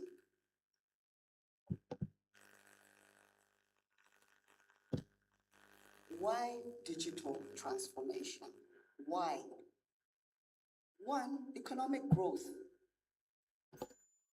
For Zambia as an economy, and most importantly, I think, for you as well. How would you do this? You create jobs. The bigger your business grows, the more people you employ, the more money in your pocket, the more money in the government coffers. I think it's a no-brainer, right? Improved efficiency. How is efficiency improved? Through streamlining your operations. Everything becomes easy. It's at a click of a button. Why are we resisting? Shouldn't this be something that should come naturally to all of us? We want to make business easy for me, for you, for everybody. So it should be an easy transition for all of us. Lastly, because of global competitiveness, I think the mistake we've been making as MSMEs is you just want to compete within your bubble where you're comfortable. But like all the other speakers have said, there is a wider audience out there. And never think that it's beyond you. That audience is waiting for you. They just want a compelling proposition from you. Convince the person in South Africa to come and buy tomatoes from you. How would they know that you're selling whatever product you're selling? Through digitalization, used correctly. How is Zamtel helping you, right? I've spoken a lot about what you need to do, right? But now I'm going to tell you how Zamtel will help you get there. So we have a number of products that will help small businesses and medium businesses and the micro businesses move from whatever level you are at to the next level. Like I said, we're here as your partners. And the idea is to get our voice out there for you to know what we can do for you, because I think most people do not know, especially the small businesses. One, we can give you dedicated internet. Remember the digitalization we talked about? You can't do that if you don't have stable internet. This will give you reliable connectivity and enhanced performance. So you need stable internet to post, to talk to the person next door, and to do whatever you're doing. I can see a lot of you browsing on your phones. This is something that Zamtel can do for you. There's also MPLS, right? This provides a secure and private network. You see how there's all these attacks when you go digital? We protect you. We ensure that you are safe. There is mobile and voice services that we give you. As much as we are saying, oh, voice is not something that we do use a lot. No, we actually still need our voice services. We need to be talking to each other. We give you great packages at affordable rates. Remember that we are in every province in Zambia. So imagine we are even in Shangom, where maybe business isn't as it should be. We are still there and we'll make sure that you are connected. We offer USSD. This is where we give interactive mobile access, right? This works even where there's no internet. This will work for you. You can interact, you can access whatever service you want at the tip of your finger. We give national and international lines, leased lines. This is where we give you dedicated high-speed connectivity between branches in Zambia and with international branches. So this is what we're offering you as Zamtel. We also have Zamtel Money, which is our mobile money. What are we giving you under Zamtel Money? We're offering you bulk payments. You see, when you have a business, you find you've got a number of employees under you. There could be 5, there could be 50, there could be 100. When you want to make a payment, you shouldn't start one by one sending a payment to this person and then the next person. You can come to us and we can send payments to a number of recipients at one go. You see how you get those messages, like when there's maybe like when there's COVID, they'll tell you cough on your elbow, hold your hand. Those were not sent individually. These were sent at once. You come to us and we can target your customers. All you have to do is give us your target base, even in Excel, and we'll do this for you. We offer offline payment solutions. Even if you want to pay somebody somewhere where there's no connectivity, we found a way around that so that you can access whoever you need to access and pay. So you can send money to any part of Zambia without any problems. We have business-to-business transfers. Again, remember, this is about us making this easy for you. Come to us. We'll make sure that you have seamless business transactions. These are instant and they are secure. We have village banking. You see how I think all the previous speakers before me, they came and they spoke about how hard it is for small businesses to access financing, right? We have come up with a product that is easily accessible to you on our Zamtel SIM card. All you need to do is go to our USSD, right, and click on the option titled Village Banking. Here we're allowing you to create your own little secure connection of a bank, where amongst yourselves, you can put money together, ensure they're put in the Zamtel account, and you can actually lend each other money. You don't have to go and ask for money from elsewhere. Maybe you cannot have collateral. There are certain limitations that stop you. But if you put money together, you can actually create your own banking ecosystem. We are offering that service to you. How would you lend this money? Through the online payment system. All you have to do is nominate 2 people who will be the, what should I call them? They are the, yes. And they are the people who authorize the giving out of the money. So no one can just access the money and run away. This will have to be decided as everybody in the group.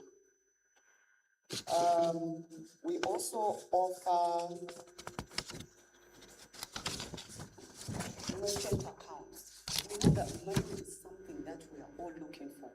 As you are operating as an SME, we are allowing you to become a Zamtel money merchant. What this means is that you can start transacting as a mobile money agent. And you see, every time you give out money, you gain interest, right? This helps Zamtel in the sense that it gives us presence, but you also get extra income. So even on a day when maybe your business hasn't done too well, you still make excess money through you doing mobile money transactions. So this is the offer that we are giving you as Zamtel. Zamtel, remember I said that we're coming here as your partners, right? The idea is to grow you from Tuntemba to an enterprise, right? The cabinet everybody has been talking about, let's make it a big corporate enterprise. So we've got a number of offers that we're giving for all tiers of small businesses. So whether you be a micro enterprise or a medium enterprise, we have something for you. We've got a package there for 50 kwacha. This package is a 30-day, all these are 30-day packages, right? We'll give you 100 minutes for calling. Remember that voice calls legitimize businesses, right? And we give you 45 SMSs. This comes without any phone. It's just these services that we give you. But remember that we said we're your partners. When you purchase any of these, we have the add-ons that we give here. For the 50 kwacha one, we'll give you access to what we're calling a Green Link Marketplace. What is the Green Link Marketplace? Every 3 months, we'll invite you to the Zamtel Chill area, which is a place where we actually socialize.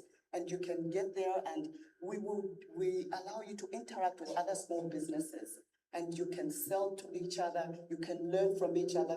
The bigger businesses will hold the hands of the smaller businesses.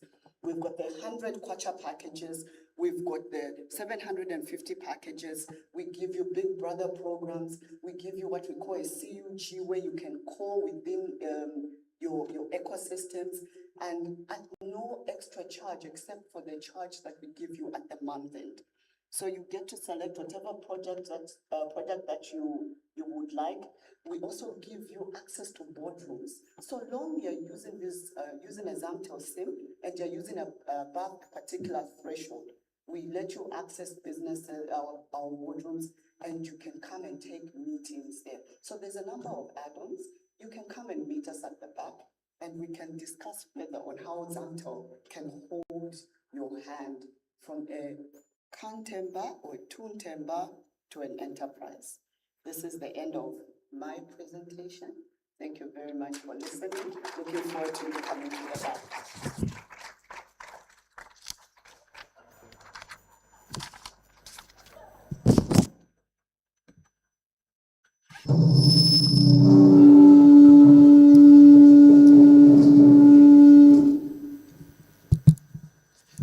Thank you very much.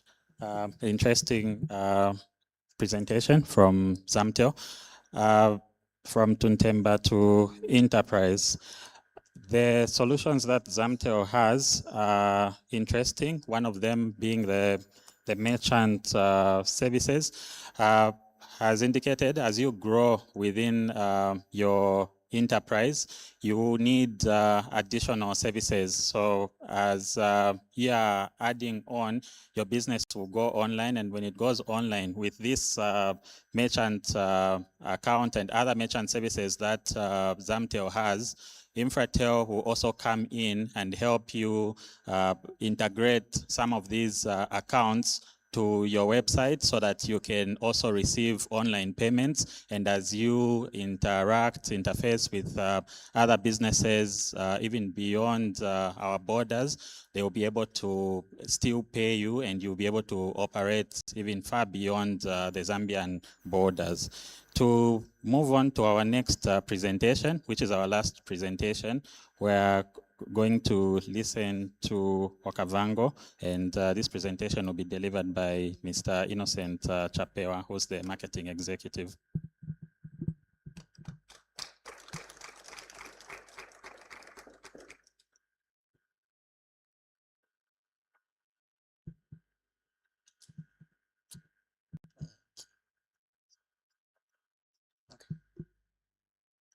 Good afternoon, everyone. I'll try to keep it as brief as possible because I know right now we are looking at matters of the stomach. My name is Innocent Chapewa and I serve as marketing executive at Okavango Foods.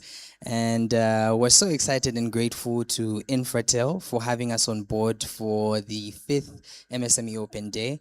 I'll write on the protocols that have been shared. So just a bit about us as Okavango Foods. Okavango Foods is a Zambian, purely Zambian, manufacturing and food processing company. From everything that you need to satisfy those cravings at 0 to hours to full-on corporate catering, we have got those services available. We started out in 2014 and we've been going strong since then. As of this year, June 9th, 2025, we marked our 11th year in Zambia's food manufacturing and processing industry. Okavango Foods is here today not as a mere sponsor, but as a testament to what happens when SMEs, MSMEs embrace digital transformation. Our reality back then, before we embraced digital transformation and just digital systems in general, we worked with handwritten stock, handwritten orders. Clients make their orders, we write them down with paper. We would save our orders via phone. We lost deals, unfortunately, due to the perception of our brand not being serious.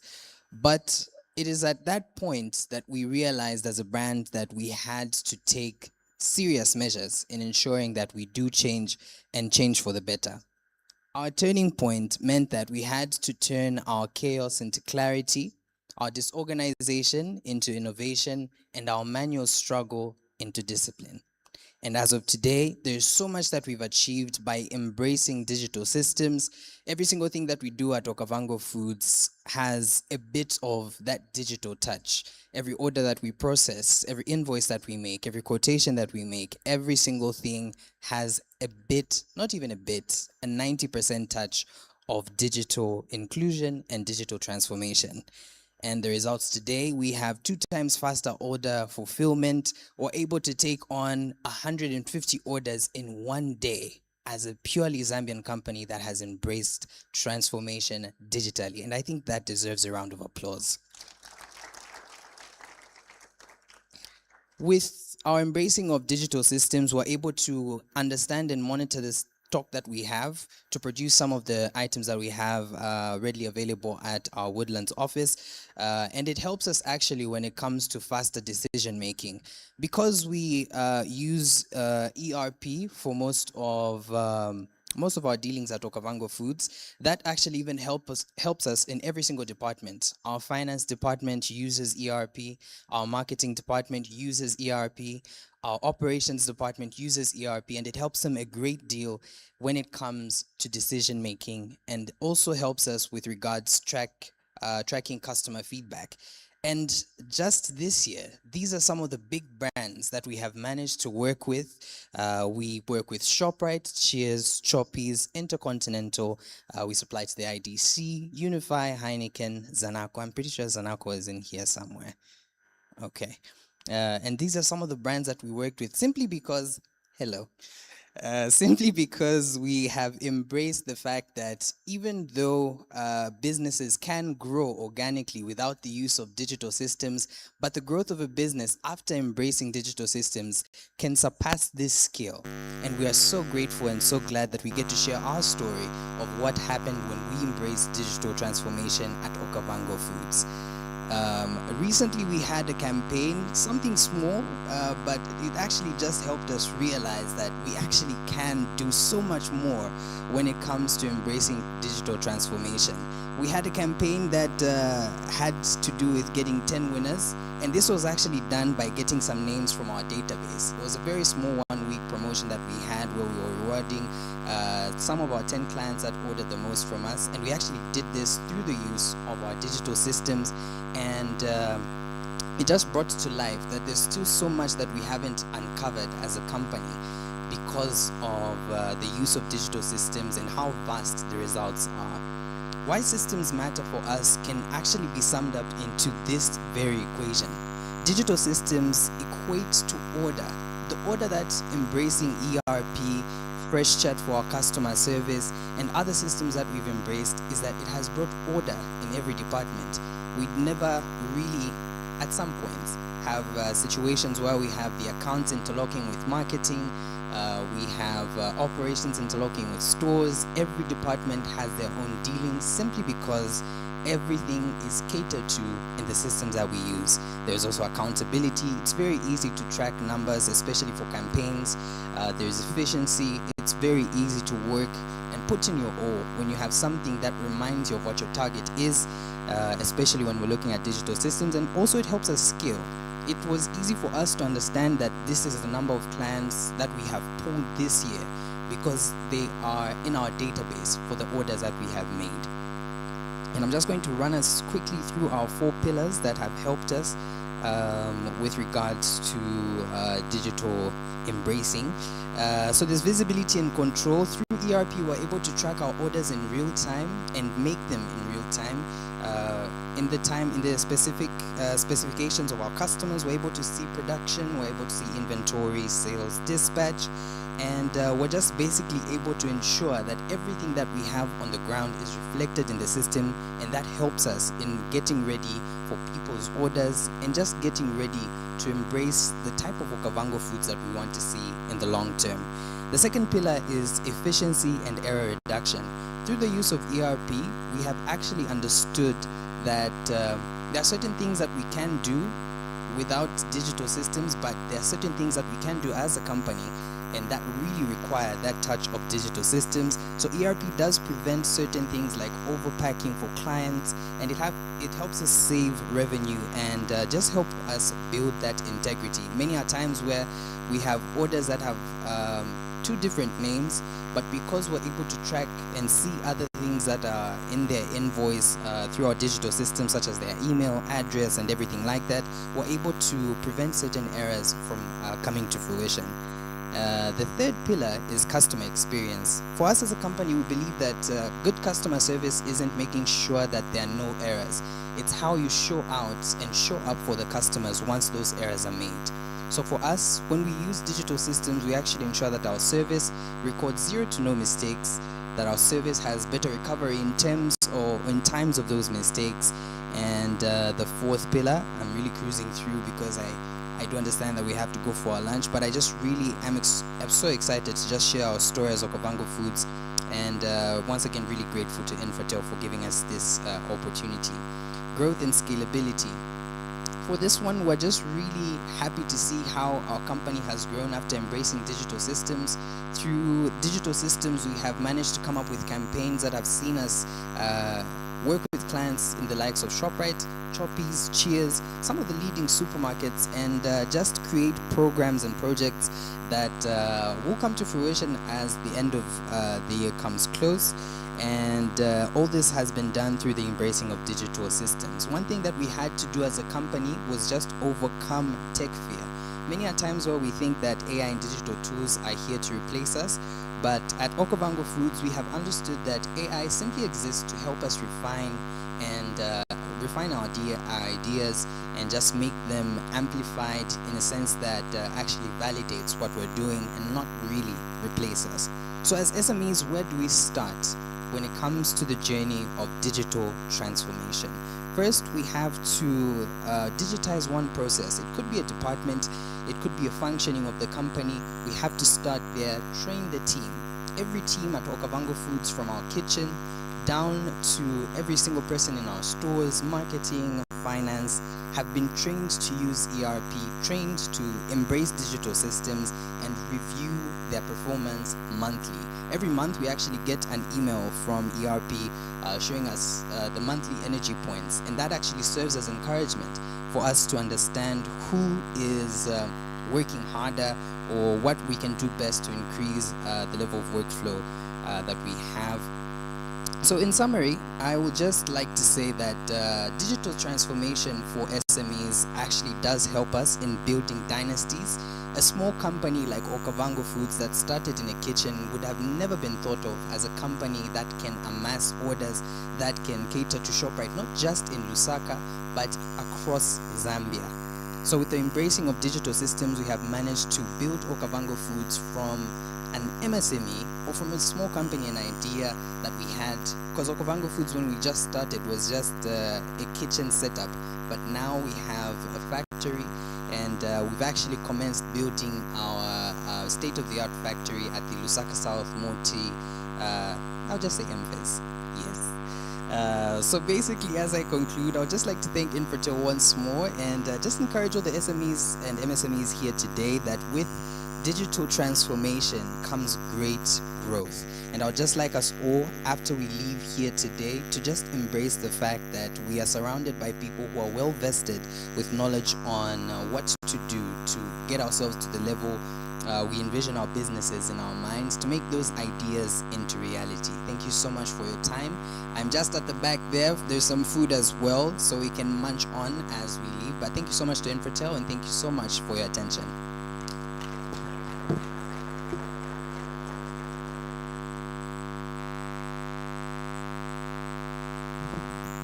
Thank you. A big round of applause for Okavango Foods. Okavango Foods has shown us an example, a case study, and a great story of what happens when you adopt and embrace digital transformation. We've seen from efficiency to cost savings, among other benefits that we get, and this is a testament on what happens when you implement some of the digital tools and solutions that are out there. And we have come to a close of our program, but before we close, I'll call Mr. Andrew Ngulube, our Chief Commercial Officer, to come and give us closing remarks.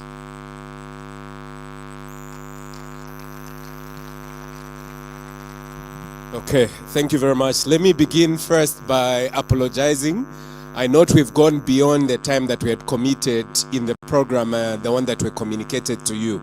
As you may have already been able to tell, mainly our guest of honor had other commitments earlier of national interest, which led to the delay.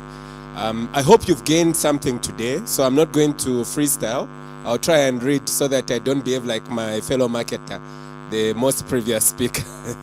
Okay, so just to acknowledge the Honorable Minister of SME, the distinguished partners that we've had from Zaki, the different sponsors that we've had. First and foremost, we extend our deepest gratitude to the Minister of Small and Medium Enterprises for the inspiring leadership, to the subsector and unwavering support that is given to the Infratel Digital Open Day. From commencement in 2021, we've received tremendous support from the ministry, and we're so grateful for his presence earlier today. To our generous sponsors that include Zanaco, Access Bank, Microfinance Zambia, Okavango, Zamtel, Zisk Life, and Zisk General, we're so grateful for your partnership. Today would not have been possible if you hadn't come on board. To our partners, the Zambia Chamber of Commerce and Industry, Zaki, we appreciate your collaboration and the coordination that you continue to give to this noble cause. As you may note that for Infratel, the cause isn't to derive revenue today, but to grow the sector as a whole. Because when the SME sector, that 95% of businesses grows, it means the country grows, as well as the businesses within that country, which means Infratel as well will grow from there. A heartfelt thank you to the Infratel brand and communications team, our creative agency Content Hub, whose dedication, creativity, and tireless effort have brought this event to life from concept to execution. As you might be aware, it's quite a lot of work that goes in bringing all of these pieces together to make today a success. To our participants, the entrepreneurs, the SMEs, the digital champions, thank you for showing up and for your curiosity. It takes a lot for you to be committed to have been with us throughout, even when the program has gone beyond the time that was initially committed. Lastly, I'll not be doing justice to the role that I've been given if I don't extend gratitude to our Chief Executive Officer, Dr. Ivan Silavwe, our EXCO. We really thank you for your vision, your leadership, and support in driving digital inclusion and ensuring that our SMEs are not left behind in our national digital agenda. As we close, may the connections we've made today, as well as the networking we'll do over the networking lunch that we have prepared, may they foster growth for our SME sector, as well as digital transformation for our country, Zambia. I thank you. Sorry, I forgot my colleague here. Thank you so much for a wonderful job. I don't envy him. Do you know he's the only one who's been standing here throughout from the time we started the program. Thank you so much. How do I say thank you in sign language? Thank you. Thank you so much. Am I to announce lunch? Or? Okay. Okay.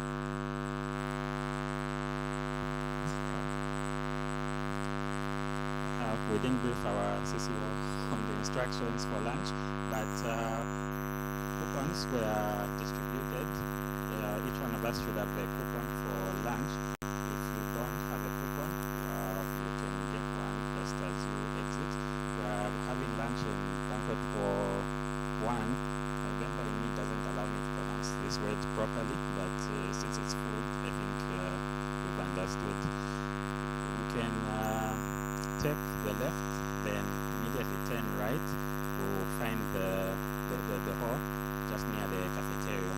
And afterwards, we can continue networking. We have sponsor booths at the back where they'll share information on what type of products they have. We thank you very much for attending